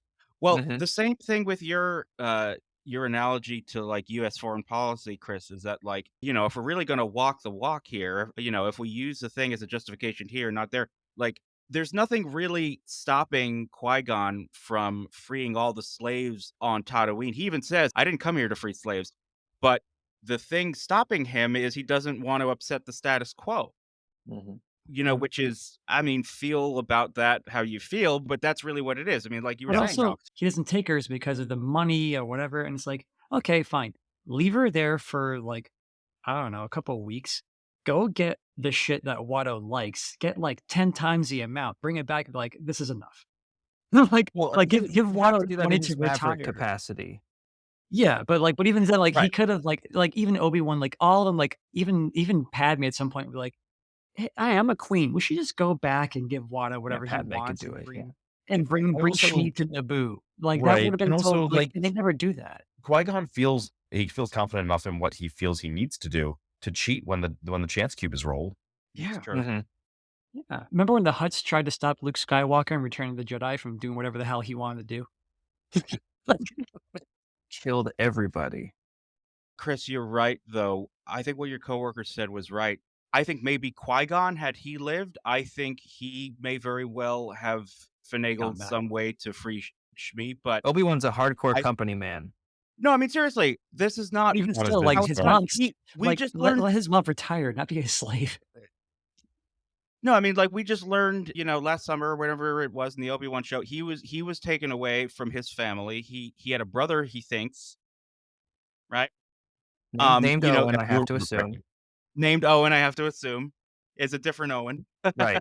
But yeah, I mean, this is how it's done. I think it's as simple as that. And do with that information what you will. I think it has implications I for think that's the best answer because I bet that's exactly what Anakin would, kind of reacts to it in part anyway. Is yeah. that Mhm. it's just part and parcel. It wasn't a circumstance thing. It was just characteristic of the Jedi to let that go, and she dies. She dies. And I don't think that critique is unfounded. Certainly not from Anakin's perspective, at least in the story. But it's just one of those things where it's like whatever explanation that was given to us in the movie, I just felt like I don't think that's strong enough given the righteousness Certainly of a these fridge logic characters. question. Yeah, it's a fridge. Yeah, it's like, hey, can we bring the slave? And it's like, no. I'm like, okay, fuck it, let's go. It's just like, it's like, wait, back a little bit. Yeah.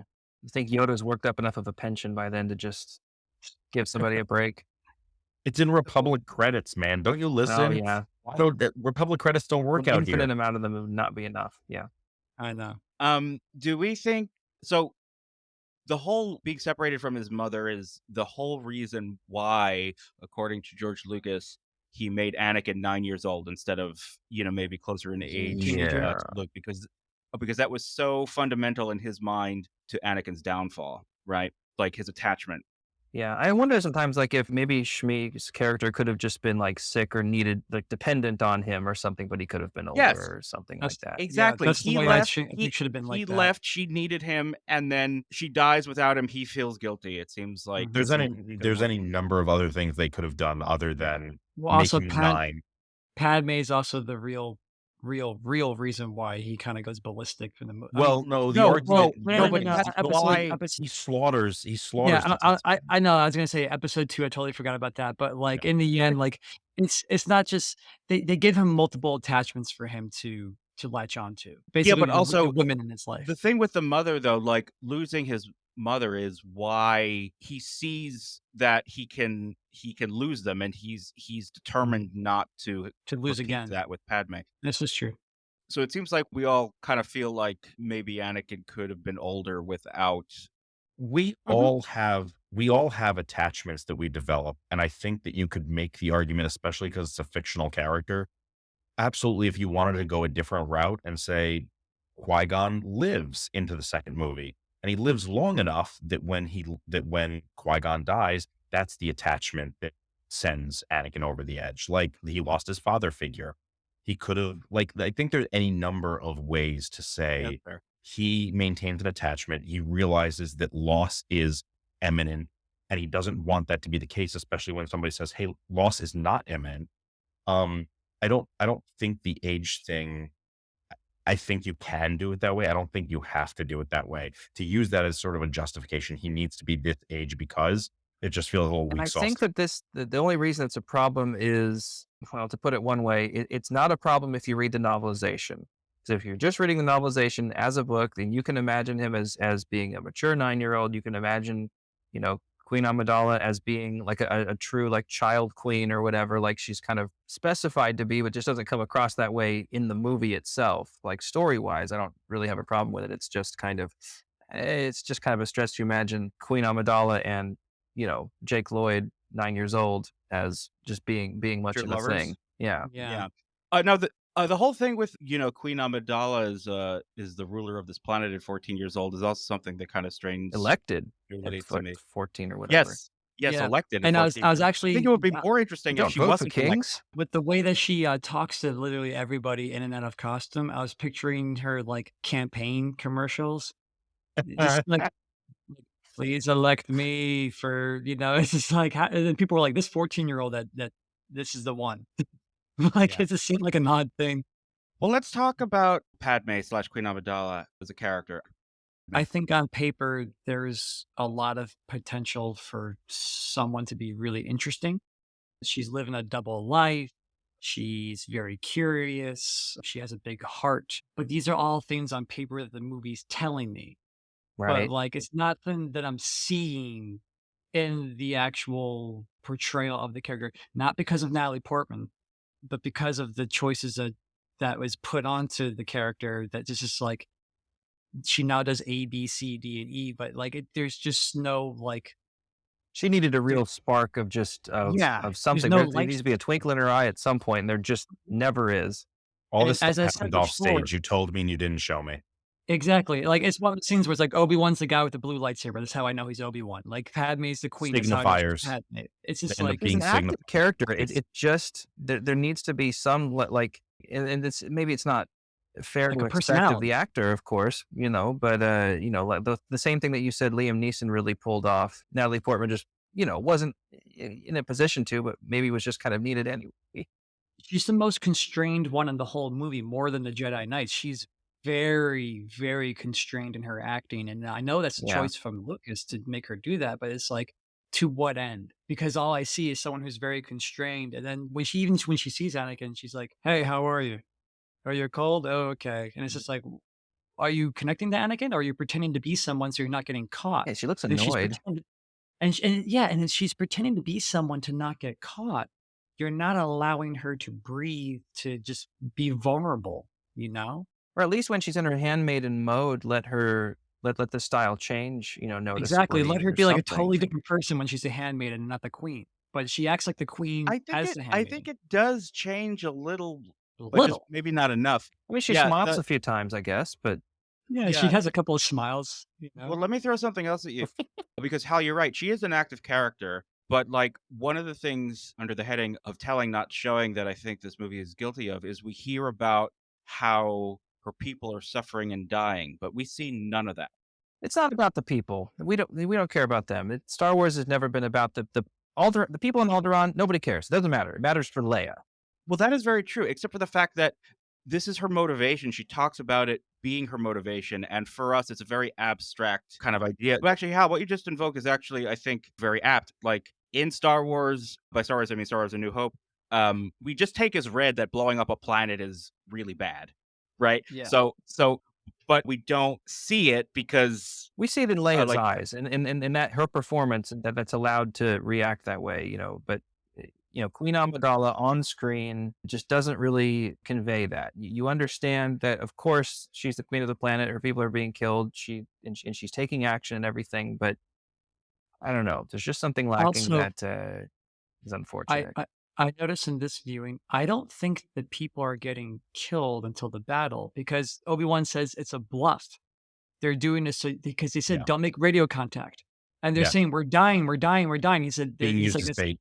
He said you're being used as bait. Don't Mm. respond. And she keeps watching the same message of them saying That would they're explain dying. the chipper They're tone of not the parade actually at the end too. exactly rather because than- they're not actually dying. It's under the threat of getting killed. Because if they start killing them, they're not. She's not going to sign a treaty. Question actually is, So it's the threat of good it. point. as long as we're talking about that, do we actually ever, because I watched it last night and I had like a little bit of a Scooby-Doo like moment. Do we ever figure out who it is that answers the communique so that Maul can find them? No, I I don't don't even believe know. so. Because Maul and Palpatine, when they're talking, um, they say that the signal is traced Traced, yeah. back to Tatooine. So like somebody answers, but I don't. And I was like, did I just miss it? Because I was like No, I doing don't some. think you missed it. I think that Oh, well, there was a scene where when she finds Anakin in the cargo hold, she's watching the message again. that's long Right. after that though. But I wonder if maybe it's implied that she responded like behind the scenes. She was off the like, ship off by I mean, that or point. maybe- I don't see how she could have. Actually, yeah, that's a good point. I don't really know. Maybe unless they had a tracker that he's referring to, because he says when Newt Gunray is saying they're out of our range, Sidious says not for a Sith, and then that's Maul's introduction, Mhm. and he says he will find your lost ship. So maybe he Right. had some way of nefarious. tracking that word. Maybe. It says trace, and they In set this- that up. I don't know. That's my thing. Hal. Logically, I'm I think with that I think there's other possible ways, Sure. technically or whatever. But like the movie really seems to give us all the pieces to Gloss conclude over it. this.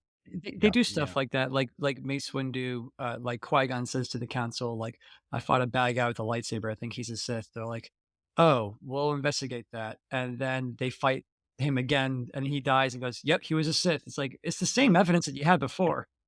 Like, No, you're there's no new no, you're right. development in Yeah. this. Did he you say know? anything? No. I know. I- It's like no. It's like No, they that's fought him valid. twice. The first time, like maybe the second time, And a like sure. red lightsaber. Well, like, to be fair, I think the second time, I think they had. No, yeah, you're right. Yeah. No, yeah. I was gonna say that There was they no had- investigation. There was just like there's nothing new. with the second encounter, like they had the more extensive encounter with Obi-Wan, who may have given He them. might have just been like, "Yeah, he's right," but like, why would Qui Gon lie? I'm just I gonna don't say know. this. I'm just gonna say this, Josh. Please don't hurt your back reaching for that one. Well, okay. They could just tell. They just knew.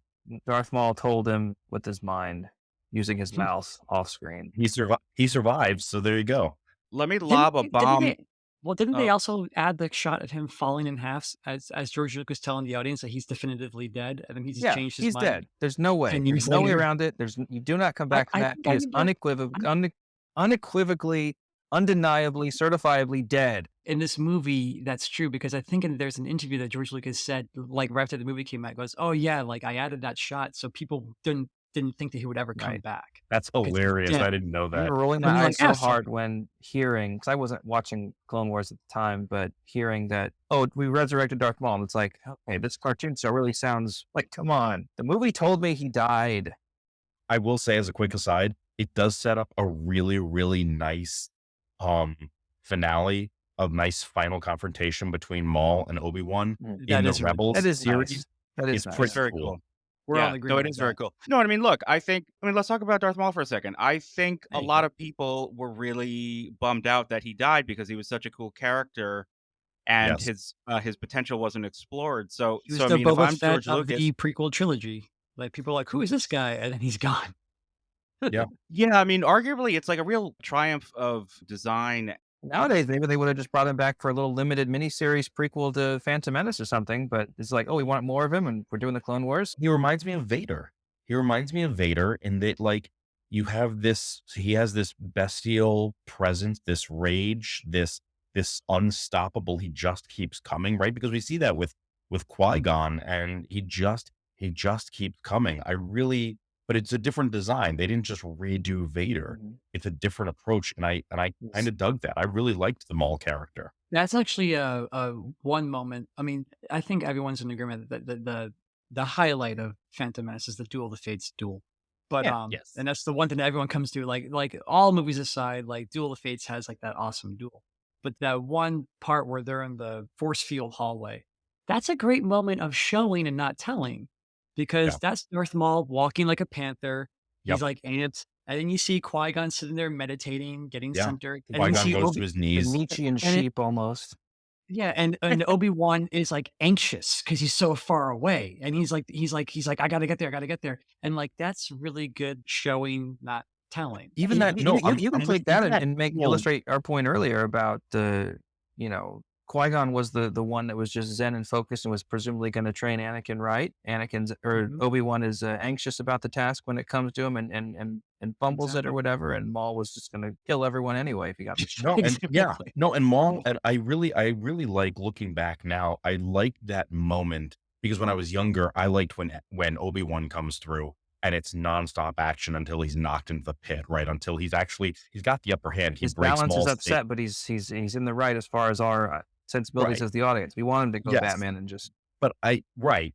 And I love that moment now that I'm a little older, that moment when Qui-Gon gets through, he's dueling, and then Obi-Wan gets stuck.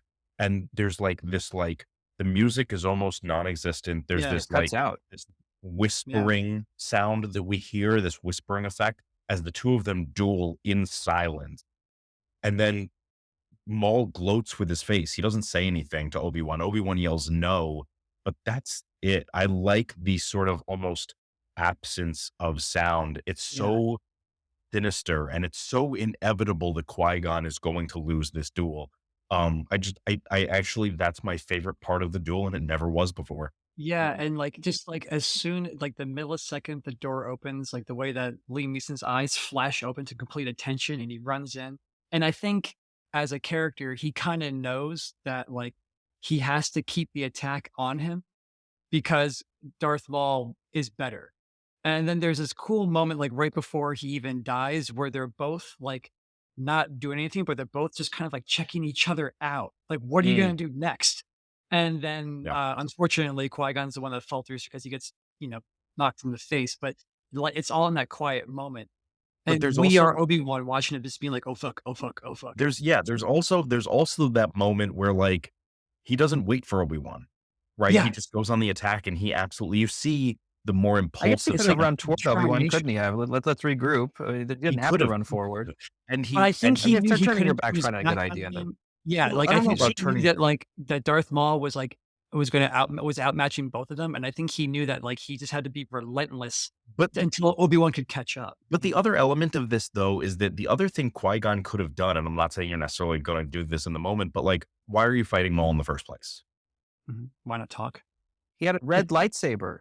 Because he had a red lightsaber. Yeah. Because you need to be able A to. double-sided one. We ran That's toward a it with our bad blue thing. lightsabers because we were good Right. people. He's a Sith. You're fighting him because you need to know where he came from. You're fighting him so that everything else can happen, because whatever Maul does, as long as he doesn't stop the rest of the battle from happening, Oh, he's that's true. That's a good inconsequential. point. You Yeah, have him he's trapped. distracting him. He's trapped. You have him in a fucking cage that his lightsaber can't get him out of. If you back up, then you can either he's going to come out and fight you together on ground you're already aware of, or he's going to stay in there and be holed up. Like, there are other things you could have done. This is not a criticism of the way the movie is written or anything. I like that we see I think this is for me, there's a connection between Qui-Gon and Obi-Wan. Qui-Gon can see in Obi-Wan the kind of impulsivity he had that was younger that sometimes made him a rebel or a renegade Mhm. or a maverick. And we finally get to see some of that impulsivity, besides when he Yeah. stays in the Jedi Council chambers and disagrees. And Obi-Wan says, "Why do you do that, Master? You know," and it's like that we're seeing this little bit of insight into who Qui-Gon sometimes is, or maybe was when he was younger. And I Yeah. think we get that here when you're right. He does need to press the attack only if he's going to defeat Maul, as opposed to, no, he's trapped. Let him make the move. I have the high ground. And this Right. movie, better than 2 and 3, well, at least better than 3, is good at least enough of the time, even when it's telling you rather than showing you, it's still showing you by telling you rather than just telling you, so that you can read all these things out of it. Sure. That sequence especially, maybe. Yeah, that sequence. I wondered too, like, because there is a language to choreography, and Nick Gillard, the guy that Yeah. choreographed all that, like he said he put a lot of thought into their motions and styles and stuff like that. And I feel like I wonder if that was an arena where George Lucas like just stepped back I'm and sure. like Maybe. allowed the stunt choreographer just kind of do it, and he was like, "That looks good. That looks good. There's no The talent makes dialogue. it." Good Worry about? choreographers use combat to tell a story. Exactly. Like I've heard stories about how when they were doing Rise of Skywalker and they had I think like a different choreographer and they were trying to tell Adam Driver to do this and that. And he goes, no, Kylo wouldn't do that. He would do it this way. And like, but that's all about showing and not telling. And so I don't know. I just think it's a cool example how that the Duel of the Fates is the one thing in the movie, whether people hate the movie or love the movie or older generation, younger generation, everyone's like, Duel of the Fates is Since awesome. you brought up I like Rise of Skywalker, I want to just highlight just for a second, just the real opposite portrayal of Palpatine that we get in Phantom Menace and Rise of Skywalker, where it's the dastardly behind the scenes, political machinations and everything to rise to power versus, the return of mecha zombie Hitler in a weird kind of way. No, it's That funny. is a journey. Actually, though, Hal, you mentioned something too that I wanted to just really quickly bring up. You mentioned earlier that we're seeing some of this battle through the eyes of Obi-Wan, some of this duel. And it struck me, I don't know about the rest of you, it struck me as kind of super odd in this like viewing that the only time we actually see anything happening literally from a character's eyes is when 3PO is watching Anakin as Anakin says, "You're great. I'm going to tell mom not to dismantle you. Bye." And Yeah, That is there's very a bizarre. random That- it's a POV. little weird. It is a very bizarre filmmaking choice. I don't know why. Well, We've the never droids are gotten supposed to show us the whole story. It's supposed to be from their point of view all along anyway. That's That's just it. a literal That's it. instance of it, maybe. That's it. You just But, figured like, it out. I No, feel that like is when they liter- shot that, they're like, yeah, maybe in the edit we'll put some filters on it with some data readouts, like in the Terminator or something Right. like that. And then they're like, That ah, would've fuck been a it. bit much. It's fine. They're like, it's No, but fine. Hal, It's fine. Hal, you're exactly right though. That's why that's there. I don't know if that's deliberate. That's just snarky take on it. But I mean, No, but that's yeah. the kind of thing. That's the kind of thing. Because so let's talk about 3PO for a second, and then I have one last thing I want to cover. Okay. 3PO has no role in this movie, but he He has really to be in it. doesn't. He looked really cool. No, yeah, he looked really cool. I think 3PO and R2 should have switched places. 3PO should have been the stuffy, Queen's droid or whatever, and R2's the, gadget thing, that can do everything, help with the pod racer that Anakin would have wanted to build or soup up Yep. or whatever. He should have been in his pod helping him out. Yeah. I think that's a really good idea. My thing that I was going to say was that I think 3PO should have been TC-14 at the very beginning of the movie, and instead of Jar Jar, they're stuck with this, droid servant who sneaks down to the planet with them by accident, and like he becomes the sidekick. I mean, that's my sort of Could have worked. rewrite if we're going to do that. But Hal, like you're right, the like hot rod droid that would have been more useful to his mother, ostensibly the reason why he Oh, built great, the a protocol thing. droid. Thanks. Right. Mother's Day present. Yeah, as a slave, she I really made you needs this protocol droid. macaroni sculpture. Yeah, thanks, Annie. I'll have a lot of use for learning decorum and communicating with Yeah. all the. I entertain a lot of Like dignitaries. It's like, it's the only thing. I mean, come on. I pulled it out of the trash. Like, I don't know. By the way, I wanted to point this out. Did you guys ever notice in your million times seeing it in the same day in the theater that in the background of Watto's shop, there is a set of, 3PO art or, plating that has, it's all there except for the one lower leg. The leg? just like 3PO in the original trilogy, where he has that one silver leg. Never noticed No, that. no, It's just there. If you go back and look, like when Jar Jar's knocking stuff over, you can see it. There's just cool. this No, 3PO suit of armor. And so as a kid, it's like, we have episode 1 and I have episodes 4, 5, and 6. So it's like, okay, that's where his armor comes from. Why else would it be there? that's funny. No, I'm well, gonna look for that. no, I'm sure that's true. You know what sucks though is that and they tried to recapture this a little bit in The Force Awakens, but what's cool about his one silver leg is that it suggests this Right. Life. large history backstory. So I mean, like, while it is super cool that that's like a little Easter egg in there that is actually never really followed up on, because next time we see him, he's not wearing gold armor, right? He's wearing Silver. Yeah. It doesn't work. No, It doesn't. It's no. like Yeah. rusted metal sort of. It's an Easter egg is all that it is. But yeah. Yeah. No, One but thing that I like, did notice from the theater days to now is that when the Jedi arrive on Coruscant after everything's done and the Emperor is talking to them, and in the background you see them walking down the ramp, there's a stand-in for Mace Windu who's not Samuel L. you've Jackson. captured their stunt And- doubles. exactly. And he's in like 2 shots, and you see the clear as day. It's like, that is not Samuel L. Jackson. No. And they never did anything about it. By the way, just out of curiosity, what version of the movie did you guys watch? Did you watch the theatrical with the puppet Yoda, or the one with the CG Yoda that's on Disney Plus? CG on Disney Plus. Same here, which I meant to watch the HDTV version, which would have, I say that, I mean, the same transfer that we got on the original DVD, but in high definition. I thought I had a copy of it saved, and I didn't, so I just had to watch the regular kind of modern official version like everybody else did here. Yeah, like, that's not a change that really bothers me that much. It gives the prequel trilogy some Puppet or some the going to CG Yoda. Yeah, the CG Yoda. And Yeah. Well, I mean, like, I feel like it gives That it makes some sense to cohesion. do. It's I don't Yeah. I don't like it for the standalone movie of the Phantom Menace, right. but if you're gonna give the continuity of 1, 2, and 3, it makes more sense for him to be CG because agreed. Well, the puppet was a little It was a weird odd puppet, but looking, yeah, right? it was a So- little. I think the puppet is tough to do younger. he was I think that's still what getting it his was. blood transfusions every week at this point. He didn't go to Dagobah for 20 years to get stale. Right. Okay, well, the last thing I want to talk about, midichlorians, discuss.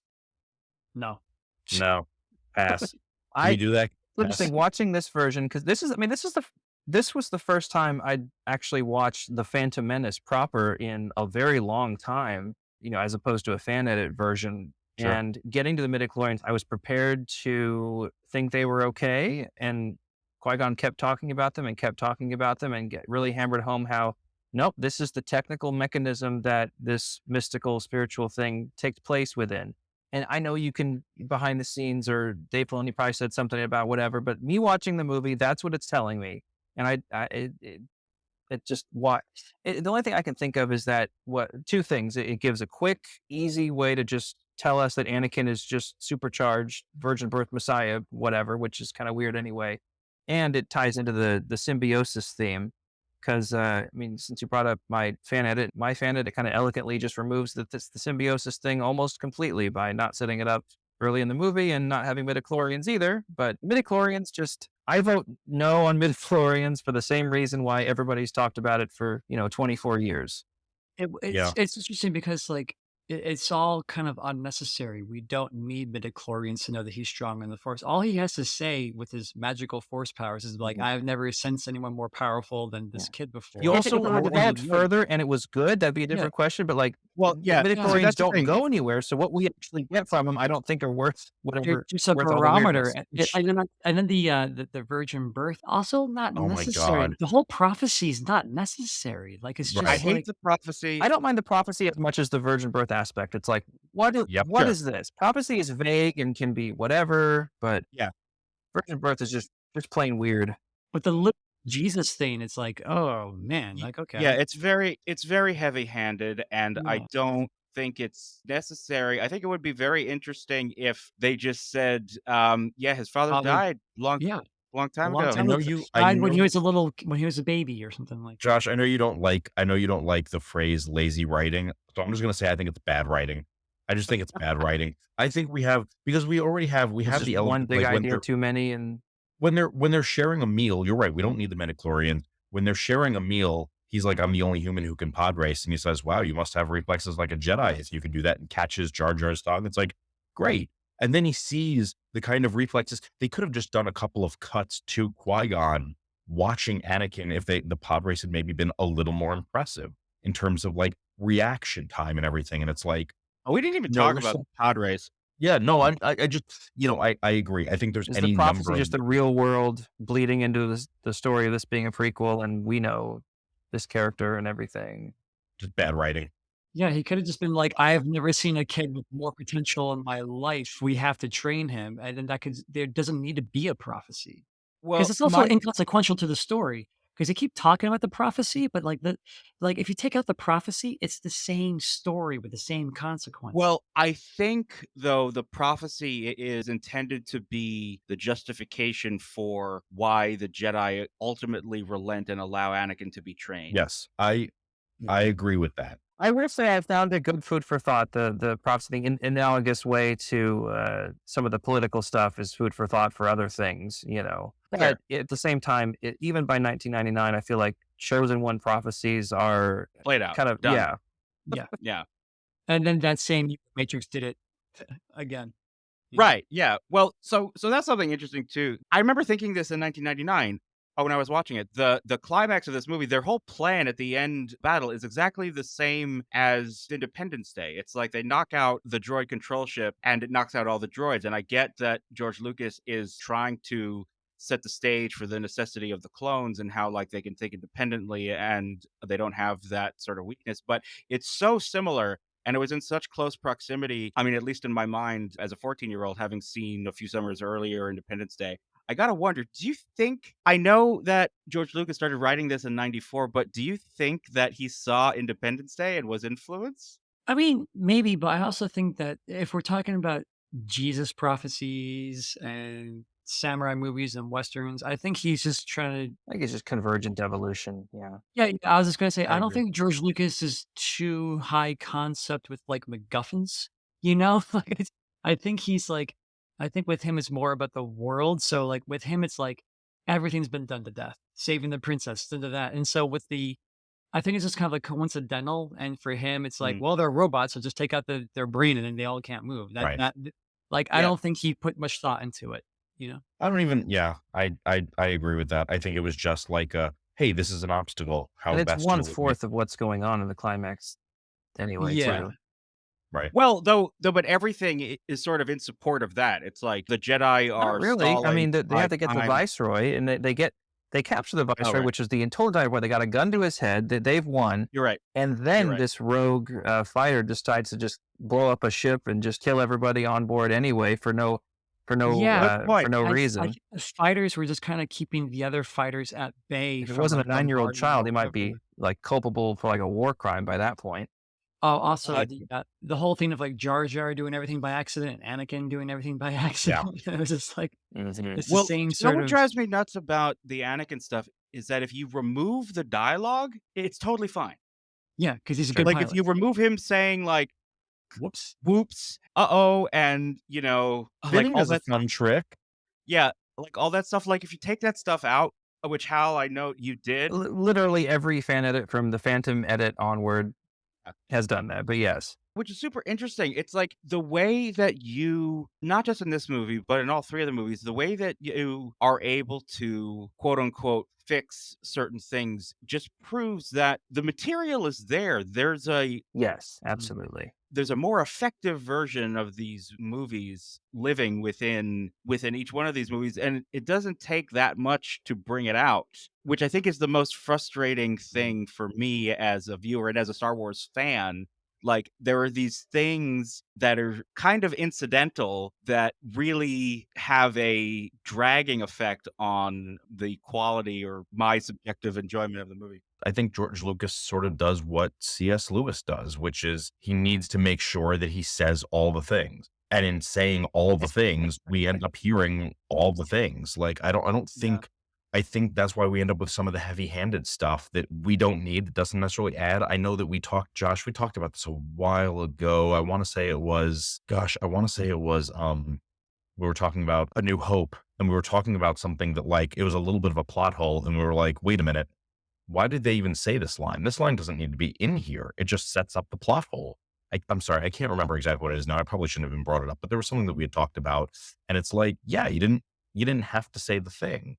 No, the thing about, hold your fire, there's no life forms unless Yes, you're short circuited. yes, that Like, was it. why even say that? It's a silly idea. It's like you just, like, shot a zillion million times, like, just shoot one more time. Like, why are And you holding and the fire? and no droids are a Well, thing. someone, takes a lifeboat away from the naval destroyer. They're going to see it. I don't know. It's just like a way to explain why they're letting it go or something. But that's just it, is like, you could have also just said, like, several escape pods were fired, maybe in malfunction, but they made it to the surface. We should check it out. Just cut Because that scene of the two guys talking. Just have yeah, the like, escape pod that's go out and that's have what it we go had, straight to like, there are a Tatooine. couple of ways to address it, and he ends up trying to explain a little too much because, like, the Empire knows droids are a thing. There's no reason to believe that the plans Yeah, aren't there's a good necessary. Arlenauts parody Yeah. where Vader, it says, oh, there were no life forms or whatever, and he's like, Vader just goes on and on grilling them about exactly that. Like, what is wrong with you guys?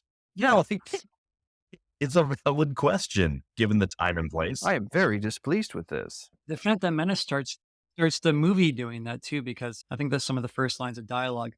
They're like, permission to board, and like, hi, Captain, we're asking permission to board your ship, and he's like, yes, as you know, this trade embargo is perfectly legal. You Yeah. can tell it. He's like, I like why that is he line this saying time, that? looking back on it as an adult, because it's very realistic. A foreign dignitary or Yeah. whatever who's doing all this kind of stuff, somebody would just about literally say exactly that.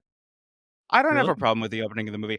I do love that, that Obi-Wan's first line is, "I have a bad feeling about this." I remember in the theater Yeah, that got a cheer. There's his anxiety again a little bit there too. I mean, about Anakin, foreshadowed.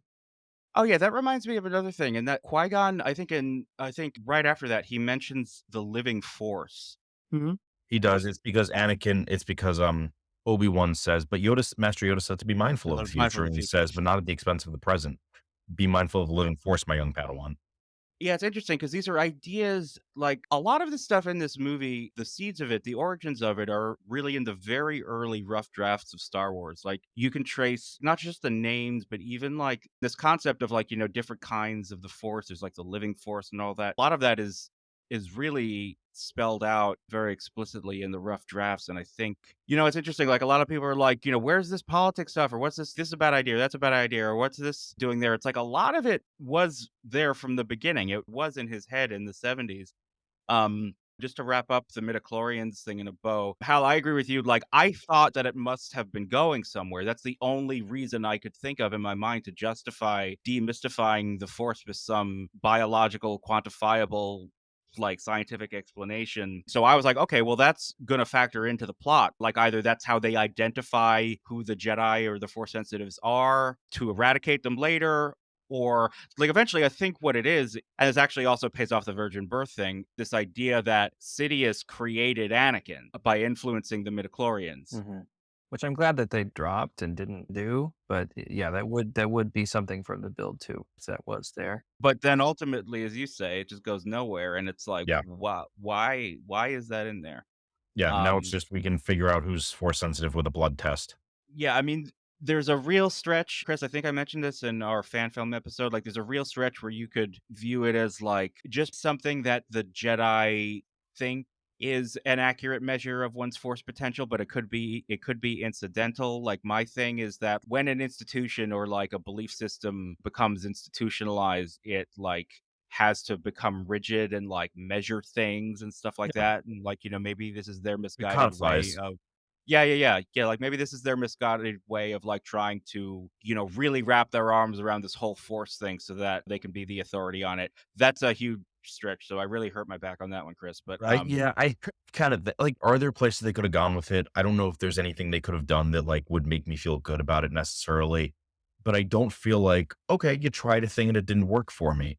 It doesn't need to be there. It's a shortcut to this is the problem. One of the problems I ran into with the sequels, when you have, and as much as I love Rogue One, they do it and unnecessarily in order to escape the in the U-wing. They do it to escape the planet after it's been hit by the Death Star. They jump into hyperspace from inside the atmosphere, Mhm. and you didn't you didn't need to do that. Like, there's a gravity well there. Like, your hyperspace drives don't work there. And like, you're the ones who set up these rules, but now they're being broken. And it's not, and they do the same thing with like hyperspace jumping in again, as much as I enjoyed Last Jedi, the hyperspace jumping, like, no, you're not able to track through hyperspace. What are we doing? And so I kind of run into that same problem with the Metachlorians is like, okay, well, in Yeah, my it's just opinion, you wrote yourself into the corner a little bit. Can you write yourself out? No. Okay, well, here we are now. See, I don't mind shit like that, but No, that's fair. And it doesn't bother me enough that I don't enjoy Rogue One. It just feels like this is stuff you could have done differently. So why'd you do it this way if you didn't have something in mind? Like you said, like if we'd gotten to something different with the Metachlorians and I just went, ugh, I didn't like it. Okay, that's Yeah. fine that I didn't It like was it. established in the movies themselves, when things like that happen, where it's substantively a change of program. I guess it's just one of those things where the midichlorians were there to, on a surface level, for the obvious reason to just show the characters how special Anakin was. But as you guys were saying before, that like there was a possibility that the Emperor actually created Anakin, but they don't go too much into that a little bit. But I think well, it's like that's the. I think that's the only reason that I could think of is that maybe he thought down the line that that's where it was going to go, and then he just kind of like veered away from it as he got closer to it. If that makes any well, sense. the other thing though too is that now that we know these tantalizing glimpses into George Lucas's plans, his concepts for his sequel trilogy, like whatever's going on at this like microbiotic level was a big part of the story. Yeah. So Hmm. so a part of me is actually sad that we'll never see what those movies would have been because whatever they would Sure. have been, they would have been totally bonkers. Yeah. And you know, I think, as long as we're 6 movies in here, like, I want this guy to get his full thought out.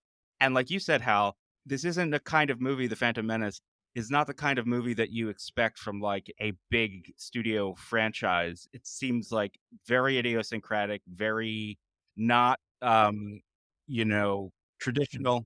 Does have something to say for better or worse. Yeah, for Yeah. better or worse. And like I feel like we've seen 6 of these already. So if you're gonna make 3 more, I would like to, as bonkers as it may be, I want you to pay off the midichlorians. You brought them into this. Maybe you never should have brought them into Mhm. this, but you did. Maybe And the I Right. maybe want the to. midichlorians are a stutter, and you can make a case for editing it out or just watching the whole thing. Yeah. Yes. I'm Okay. Well said. yeah. I think if you're gonna do the thing, just do the thing. It also sucks because, like you said, John, like we've talked about, there's this idea present in the original Star Wars that anyone could be a Jedi. You just have to believe it. You have to work at it. Right. Exactly. And everyone has a potential to be something. Yeah, and I think by reducing it to this level of little critters that are living in your cells, like when you reduce it to like a quality of somebody's blood, It I mean, yeah. basically, it's like you lose so much more than you gain from that They do scientific sort of other establish, than like, getting like if the Force is strong in someone's family or family line, like in Return of the Jedi, or I suppose even the original Star Wars, father to son. I mean, like, you can fudge I that mean, away. It's like the, saying, like, Bruce Lee's son will also have the Right. There's potential, not a like, super specific. yeah. yeah, I mean, it's like, whatever It qualities still made you implies it's make. genetic, doesn't it? Sort of. I agree. I still don't like it even so, but Well, in Yeah. its to take the defense. Bruce Lee example, it's like, Bruce Lee's son can be just as good as Bruce Lee, maybe, but that doesn't necessarily mean that like people who don't have the same body types or backgrounds That's as my Bruce Lee point. can't do like kung fu. It's just That's like my everyone point. can do kung fu. We could all do kung fu if we just devoted our whole lives to the Yeah. practice of kung But they fu. would probably say too, like, everybody does have midichlorians. It's necessary for life. Just it may not take you up to the point where you can do cool telekinetic things to use to police the galaxy Yeah, or but that's whatever. still saying, But though, that it's something immutable. It's something that you're Yeah. either born with or you're not. And, Yeah. like, that's just kind of a bummer, and it just seems unnecessary. yeah, It's just unnecessary. It seems the opposite of something aspirational and something inspirational. It just seems like, oh, you're either born special or you're not.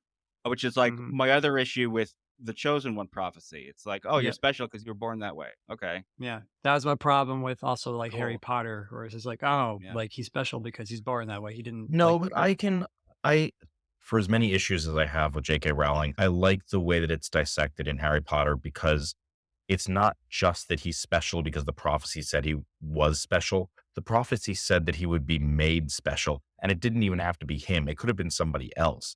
But Well, that conclusions rings were with Star made. Wars too. I mean, it's not nailed down home. You could walk away from the movies and think, okay, maybe Luke was a chosen one, or I suppose really nowadays, say maybe it ended up being Rey, or maybe it was. The prophecy kind of picks itself apart as the 9 movies go on chronologically. And I actually don't mind the prophecy because in general, I am okay with prophecies if they are used to.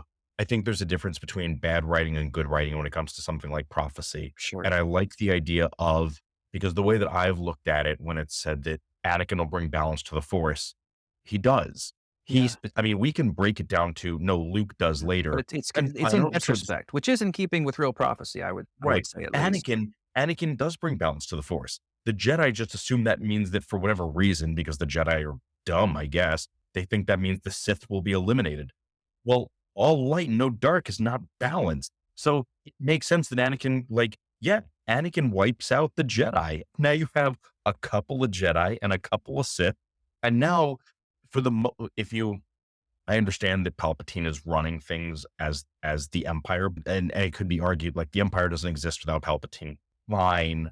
But if you bring in somebody to be Palpatine and run the Empire, the galaxy gets along without Force users in a big way. So I think the argument can be made that yeah, he brings balance, just not in the way that's anticipated. And I'm okay with that. I like the idea of exploring prophecy in the way that the prophecy is made. And this is different in Star Wars than in Harry Potter, but in Harry Potter, it's clear, do you know how many prophecies don't come true?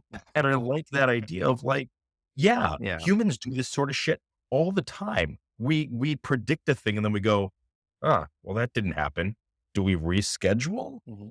Were we Yeah. wrong about who it Future was? generations in the Star Wars world would have their little, Jedi scripture book or whatever and look up the chosen one prophecy, the little footnotes say, as we all know, of course, this unambiguously meant that this was how it was going to be all along. Right. And I like the idea of him being the chosen one in that, cosmically, he wasn't the chosen one. That Qui-Gon decided he was the chosen There may be one. no such thing. Yeah. And they're right. And these movies, they're I mean, Yoda gives us that little line, prophecy that misread could have been, and that gives us all the Yep. window room we need to That's- be able that's to let it pick itself apart. Exactly. Bring back the balance, Ray, as I did. Maybe the chosen, it demythologizes itself as you go through the movies. Right. My problem was with the midichlorians because that really does say you're born special or not. The chosen one prophecy doesn't necessarily say that. It just makes us Because the believe that. midichlorians you could put under a microscope, Right. and I then can look at. count. I count the midichlorians and go, Force is strong with you Mhm. because you have this number of Well, microbes. positive, And that- not bad. That's the problem I have with that is this idea because and this is admittedly you're talking about episodes 4, 5, and 6 versus episode 1 if you're going to go through chronologically. But in 4, 5, and 6, the Force exists between all things, and I like that it's more nebulous. I like the mystery of it. I like that we don't always know. It's surprising that some people might be more Force sensitive, and it makes sense kind of in this world that it's genetic. But now it's not just you're a Skywalker, so you're strong Slams the with door Force. shut on your foot. Midichlorians. So I hate how binary that is. I think that's what I hate. I hate that it's binary. Mhm. And it's just it's just left hanging. And so when you look back at it, when nothing came of it, it's There's nothing. It did drive me nuts though how and the entire prequel trilogy they're like you're supposed to bring balance and like you said there's 10,000 Jedi, there's 2 Sith, and it's and at the end there's me 2 alone. Jedi and 2 Siths, and it's that's balance. But yet didn't George Lucas say in interviews that that's not what he meant? He meant for the Jedi to win. That was balance. Yeah, I think the movie, Yes, the story did. sets up that balance is when there are no Sith. Balance is when there's just the light. It's not half food and half crack. It's Yeah, but what? Why haven't they looked up the word balance and He figured out what specifically said in the past Jedi are the that balance. and light this is the balance.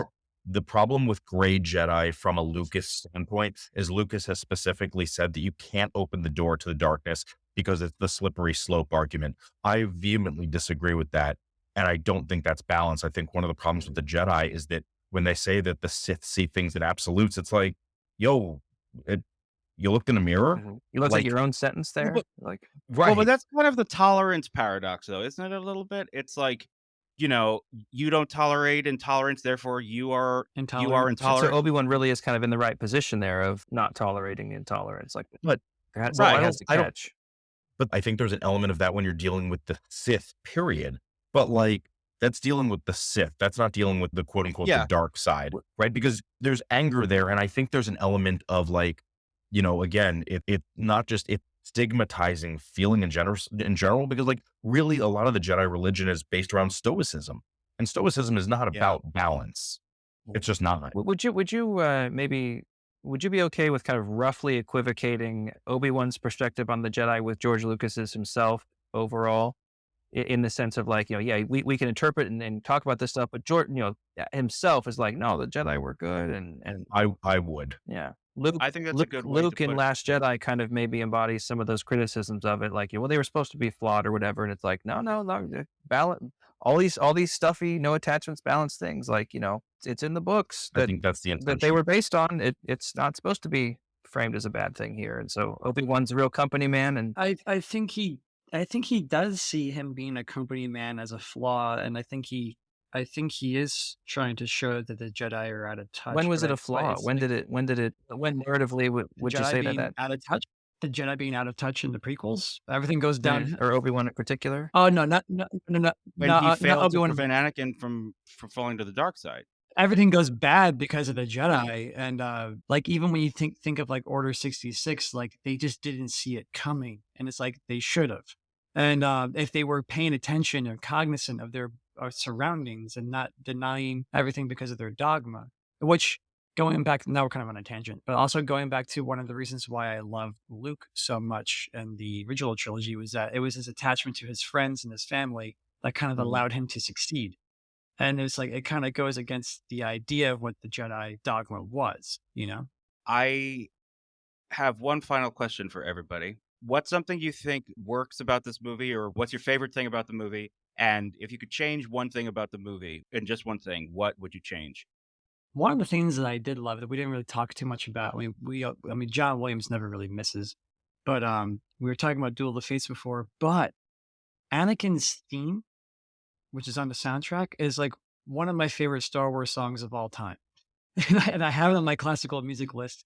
And this is really nice, sort of beautiful, both optimistic and slightly tragic sort of song. Besides the music, Liam Neeson as Qui-Gon Jinn, Duel of the Fates, all that stuff is my favorite. I kind of like what you were talking about, how with the old Hollywoodness, even though it's 1999, but I guess it's old now. But like actual sets and stuff like that, like watching it again now today, I was like, there's a lot to like about the Phantom Menace. It just doesn't hit all of the marks, in my opinion. So what would I change? I would just think I would have it choose more or less one tone and have it stick to that.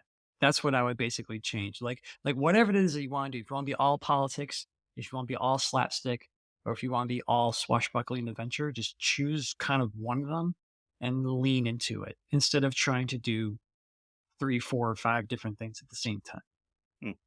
Yeah, as far as what works well, I mean, looking back on it, at this viewing anyway, like I kind of already talked about, the political food for thought and the reflection on kind of what I was thinking of as kind of, Batman versus, maintain balance, kind of what that deleted scene in Last Jedi was kind of getting at with Luke and Rey, where he is saying, hey, the Jedi texts would say, don't go in there and stop this terrible thing that's about to happen. Just maintain balance and being critical of it, that found that kind of an interesting headspace to be, to kind of grapple with. And the movie just doesn't, like this movie doesn't have a Poe Dameron character who's going to just relentlessly tell you what's going on exactly and suck all the air out of the room. You get to really kind of just sit in it and think about whatever you brought in with you.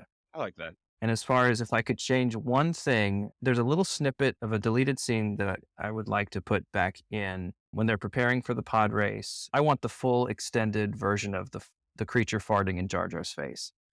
And I want to quote originaltrilogy.com user Chase Adams when he says, in the case of the Aope, there's a distinct sense of mystery surrounding the theatrical cut of the fart. We're calmly watching Jar Jar toiling away at the pod when suddenly he is bombarded by an overpowering odor. We're surprised by this, as we had never suspected such a thing to occur beforehand.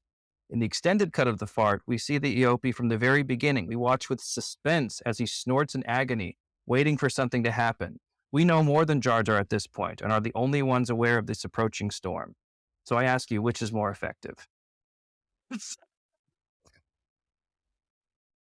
Otherwise, I wouldn't dream of changing a thing. We've lost Josh. Yeah. Josh has gone. Bye-bye, you gone. What have you got left, Chris? One thing I would change. It's a consistent thing that it just bugs the hell out of me. I would change the aliens so that they're more alien and less, again, yellow perily, familiar tropey. To interrupt you and anybody else who feels that way, and really just anybody in general, Google Magnolia Fan. He has 2 fan edits of, episode 1 and 2 from like, I don't know, way back in the day, like 2003 or something like that. He never did one for episode 3. I don't know what happened to him. But that's the best one that overdubs the Nemoidians and the Gungans and gives them subtitles and different things like that. No, that's interesting. I appreciate Just that. That's great to know. No, I appreciate that because I think aliens in general are really difficult to do because we're humans, and so it's easy to assign human motives and things to aliens. It's one of the things I think The Expanse does really well is it's an alien intelligence, and so there's a lot we don't understand. But I do think that George Lucas does aliens better in the original trilogy. So I appreciate that suggestion. You said Magnolia Fan, is that what you said? Mm-hmm. That's right. Okay, cool. Thank you. That's one thing that I would change. Is make them more alien and less recognizable. Something that I liked, I had the realization, but I hadn't quite articulated it. Probably like a second before you said it out loud, Al. I think I liked and wanted to see more of the political intrigue. I wanted to see that really play out because I hadn't really seen much of that in Star Wars, but I think it's interesting, especially, and part of this is just me as I get older. I like seeing that unfold. And I like the idea of someone like, and this sort of happens in the second movie, where Obi-Wan really struggles. He really struggles in Attack of the Clones to navigate all these things that are happening in the shadows. He is not, that's not his thing, right? He's not a secret spy man. But he's forced into that role. I like the idea of the Jedi realizing that things are out of control and they don't have the handle on this that they thought they did, trying to keep up with the politics of it and being outmaneuvered. It's a thing that I like, are those machinations. I'd like them to have doubled down on that a little bit more. Yeah, I agree with that. I think the thing that works the best is really Qui-Gon and Duel of the Fates. I think you made me realize that, John.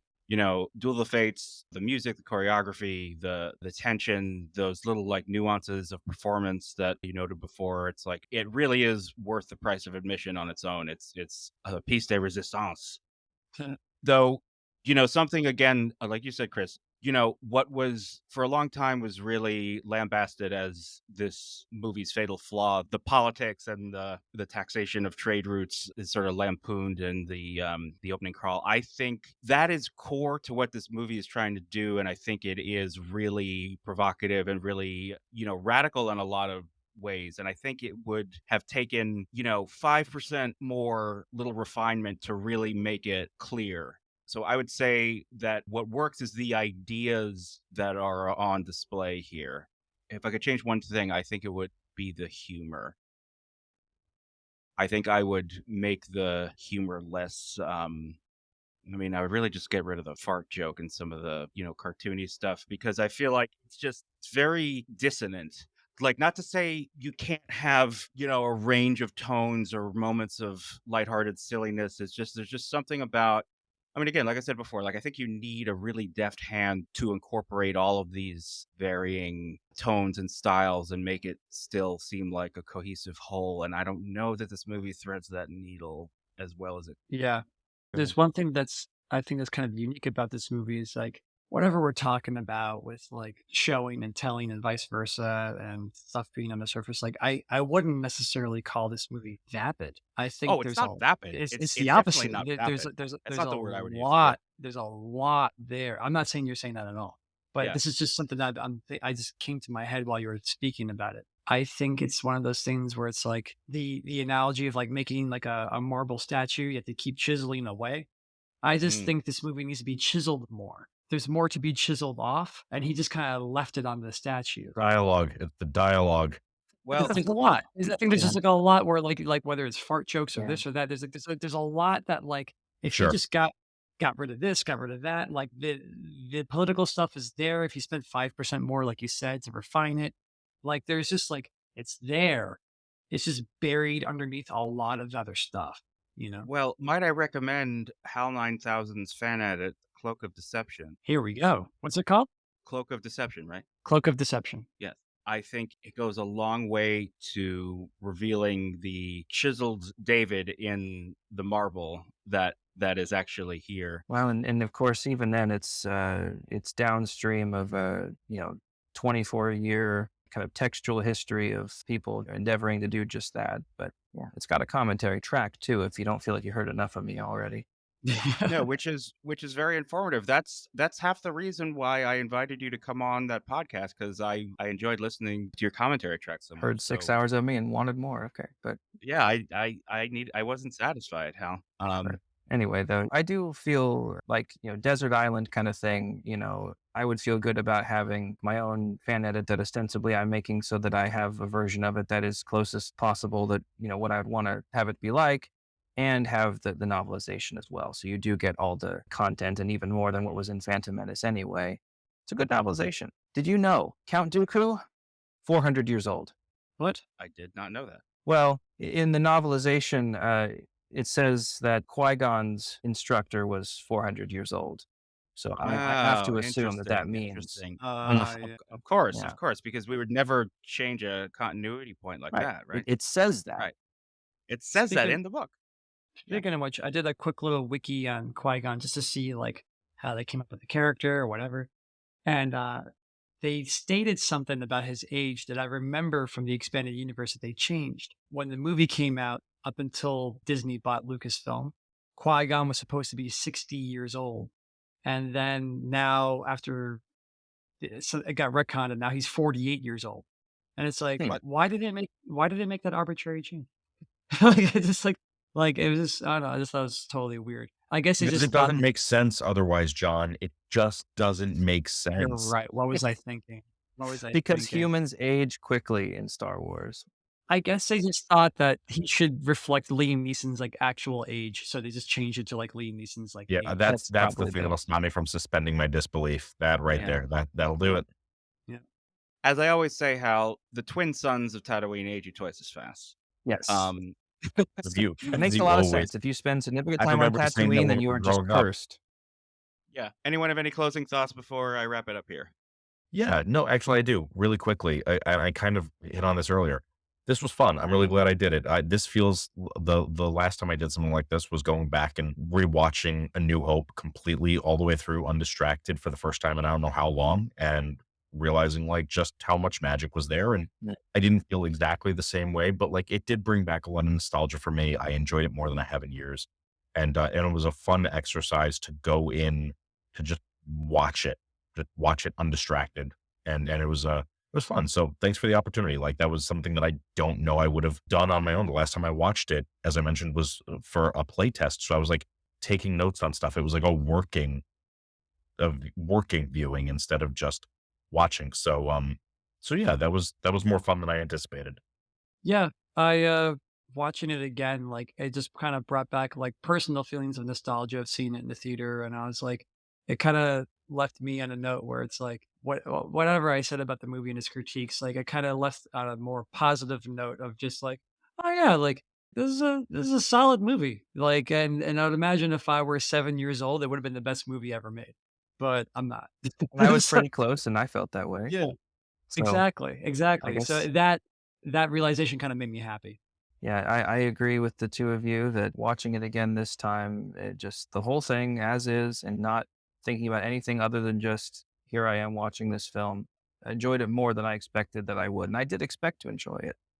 I guess last closing thought, I would just suggest perhaps dedicating a future podcast episode to maybe just the marketing and the ancillary material itself around this movie. I think you'd have enough to talk about. I didn't even get into Damn it. any of that. Hell, that's a really good idea, but I'm really mad. I really thought you were going to go with an entire episode dedicated to the novelization. I really thought you were going to get one last hit in there. But I think that's a really good idea. Remember Actually, the both of those are good Pepsi ideas. can? I still Suzuki associate can Taco with, like, a Bell. different But character? let me. Okay, here's my closing thought. Um, I Sorry. I lived close by at the time to a conglomerate location that had Taco Bell, KFC, and Pizza Hut under one roof, and that Oh, place wow. was fucking lit in summer in 1999. It was a Star sensory Wars everywhere. overload. I can imagine. It was a sight to behold. Doesn't exist God. anymore, but Yeah, one of the things I do associate with this movie is like the bargain bins of like Jar Jar merchandise Yeah. and stuff. Like, I mean, it's really interesting. Like I mean, like you guys, I have a real fondness for this movie, and watching it almost 25 years later, without any pretense, without any expectation of it, it was a really it's a fun, solid, lovely, good time, and I'm glad that it exists. Maybe they'll make a sequel. Maybe they'll make more Star Wars movies. Who knows?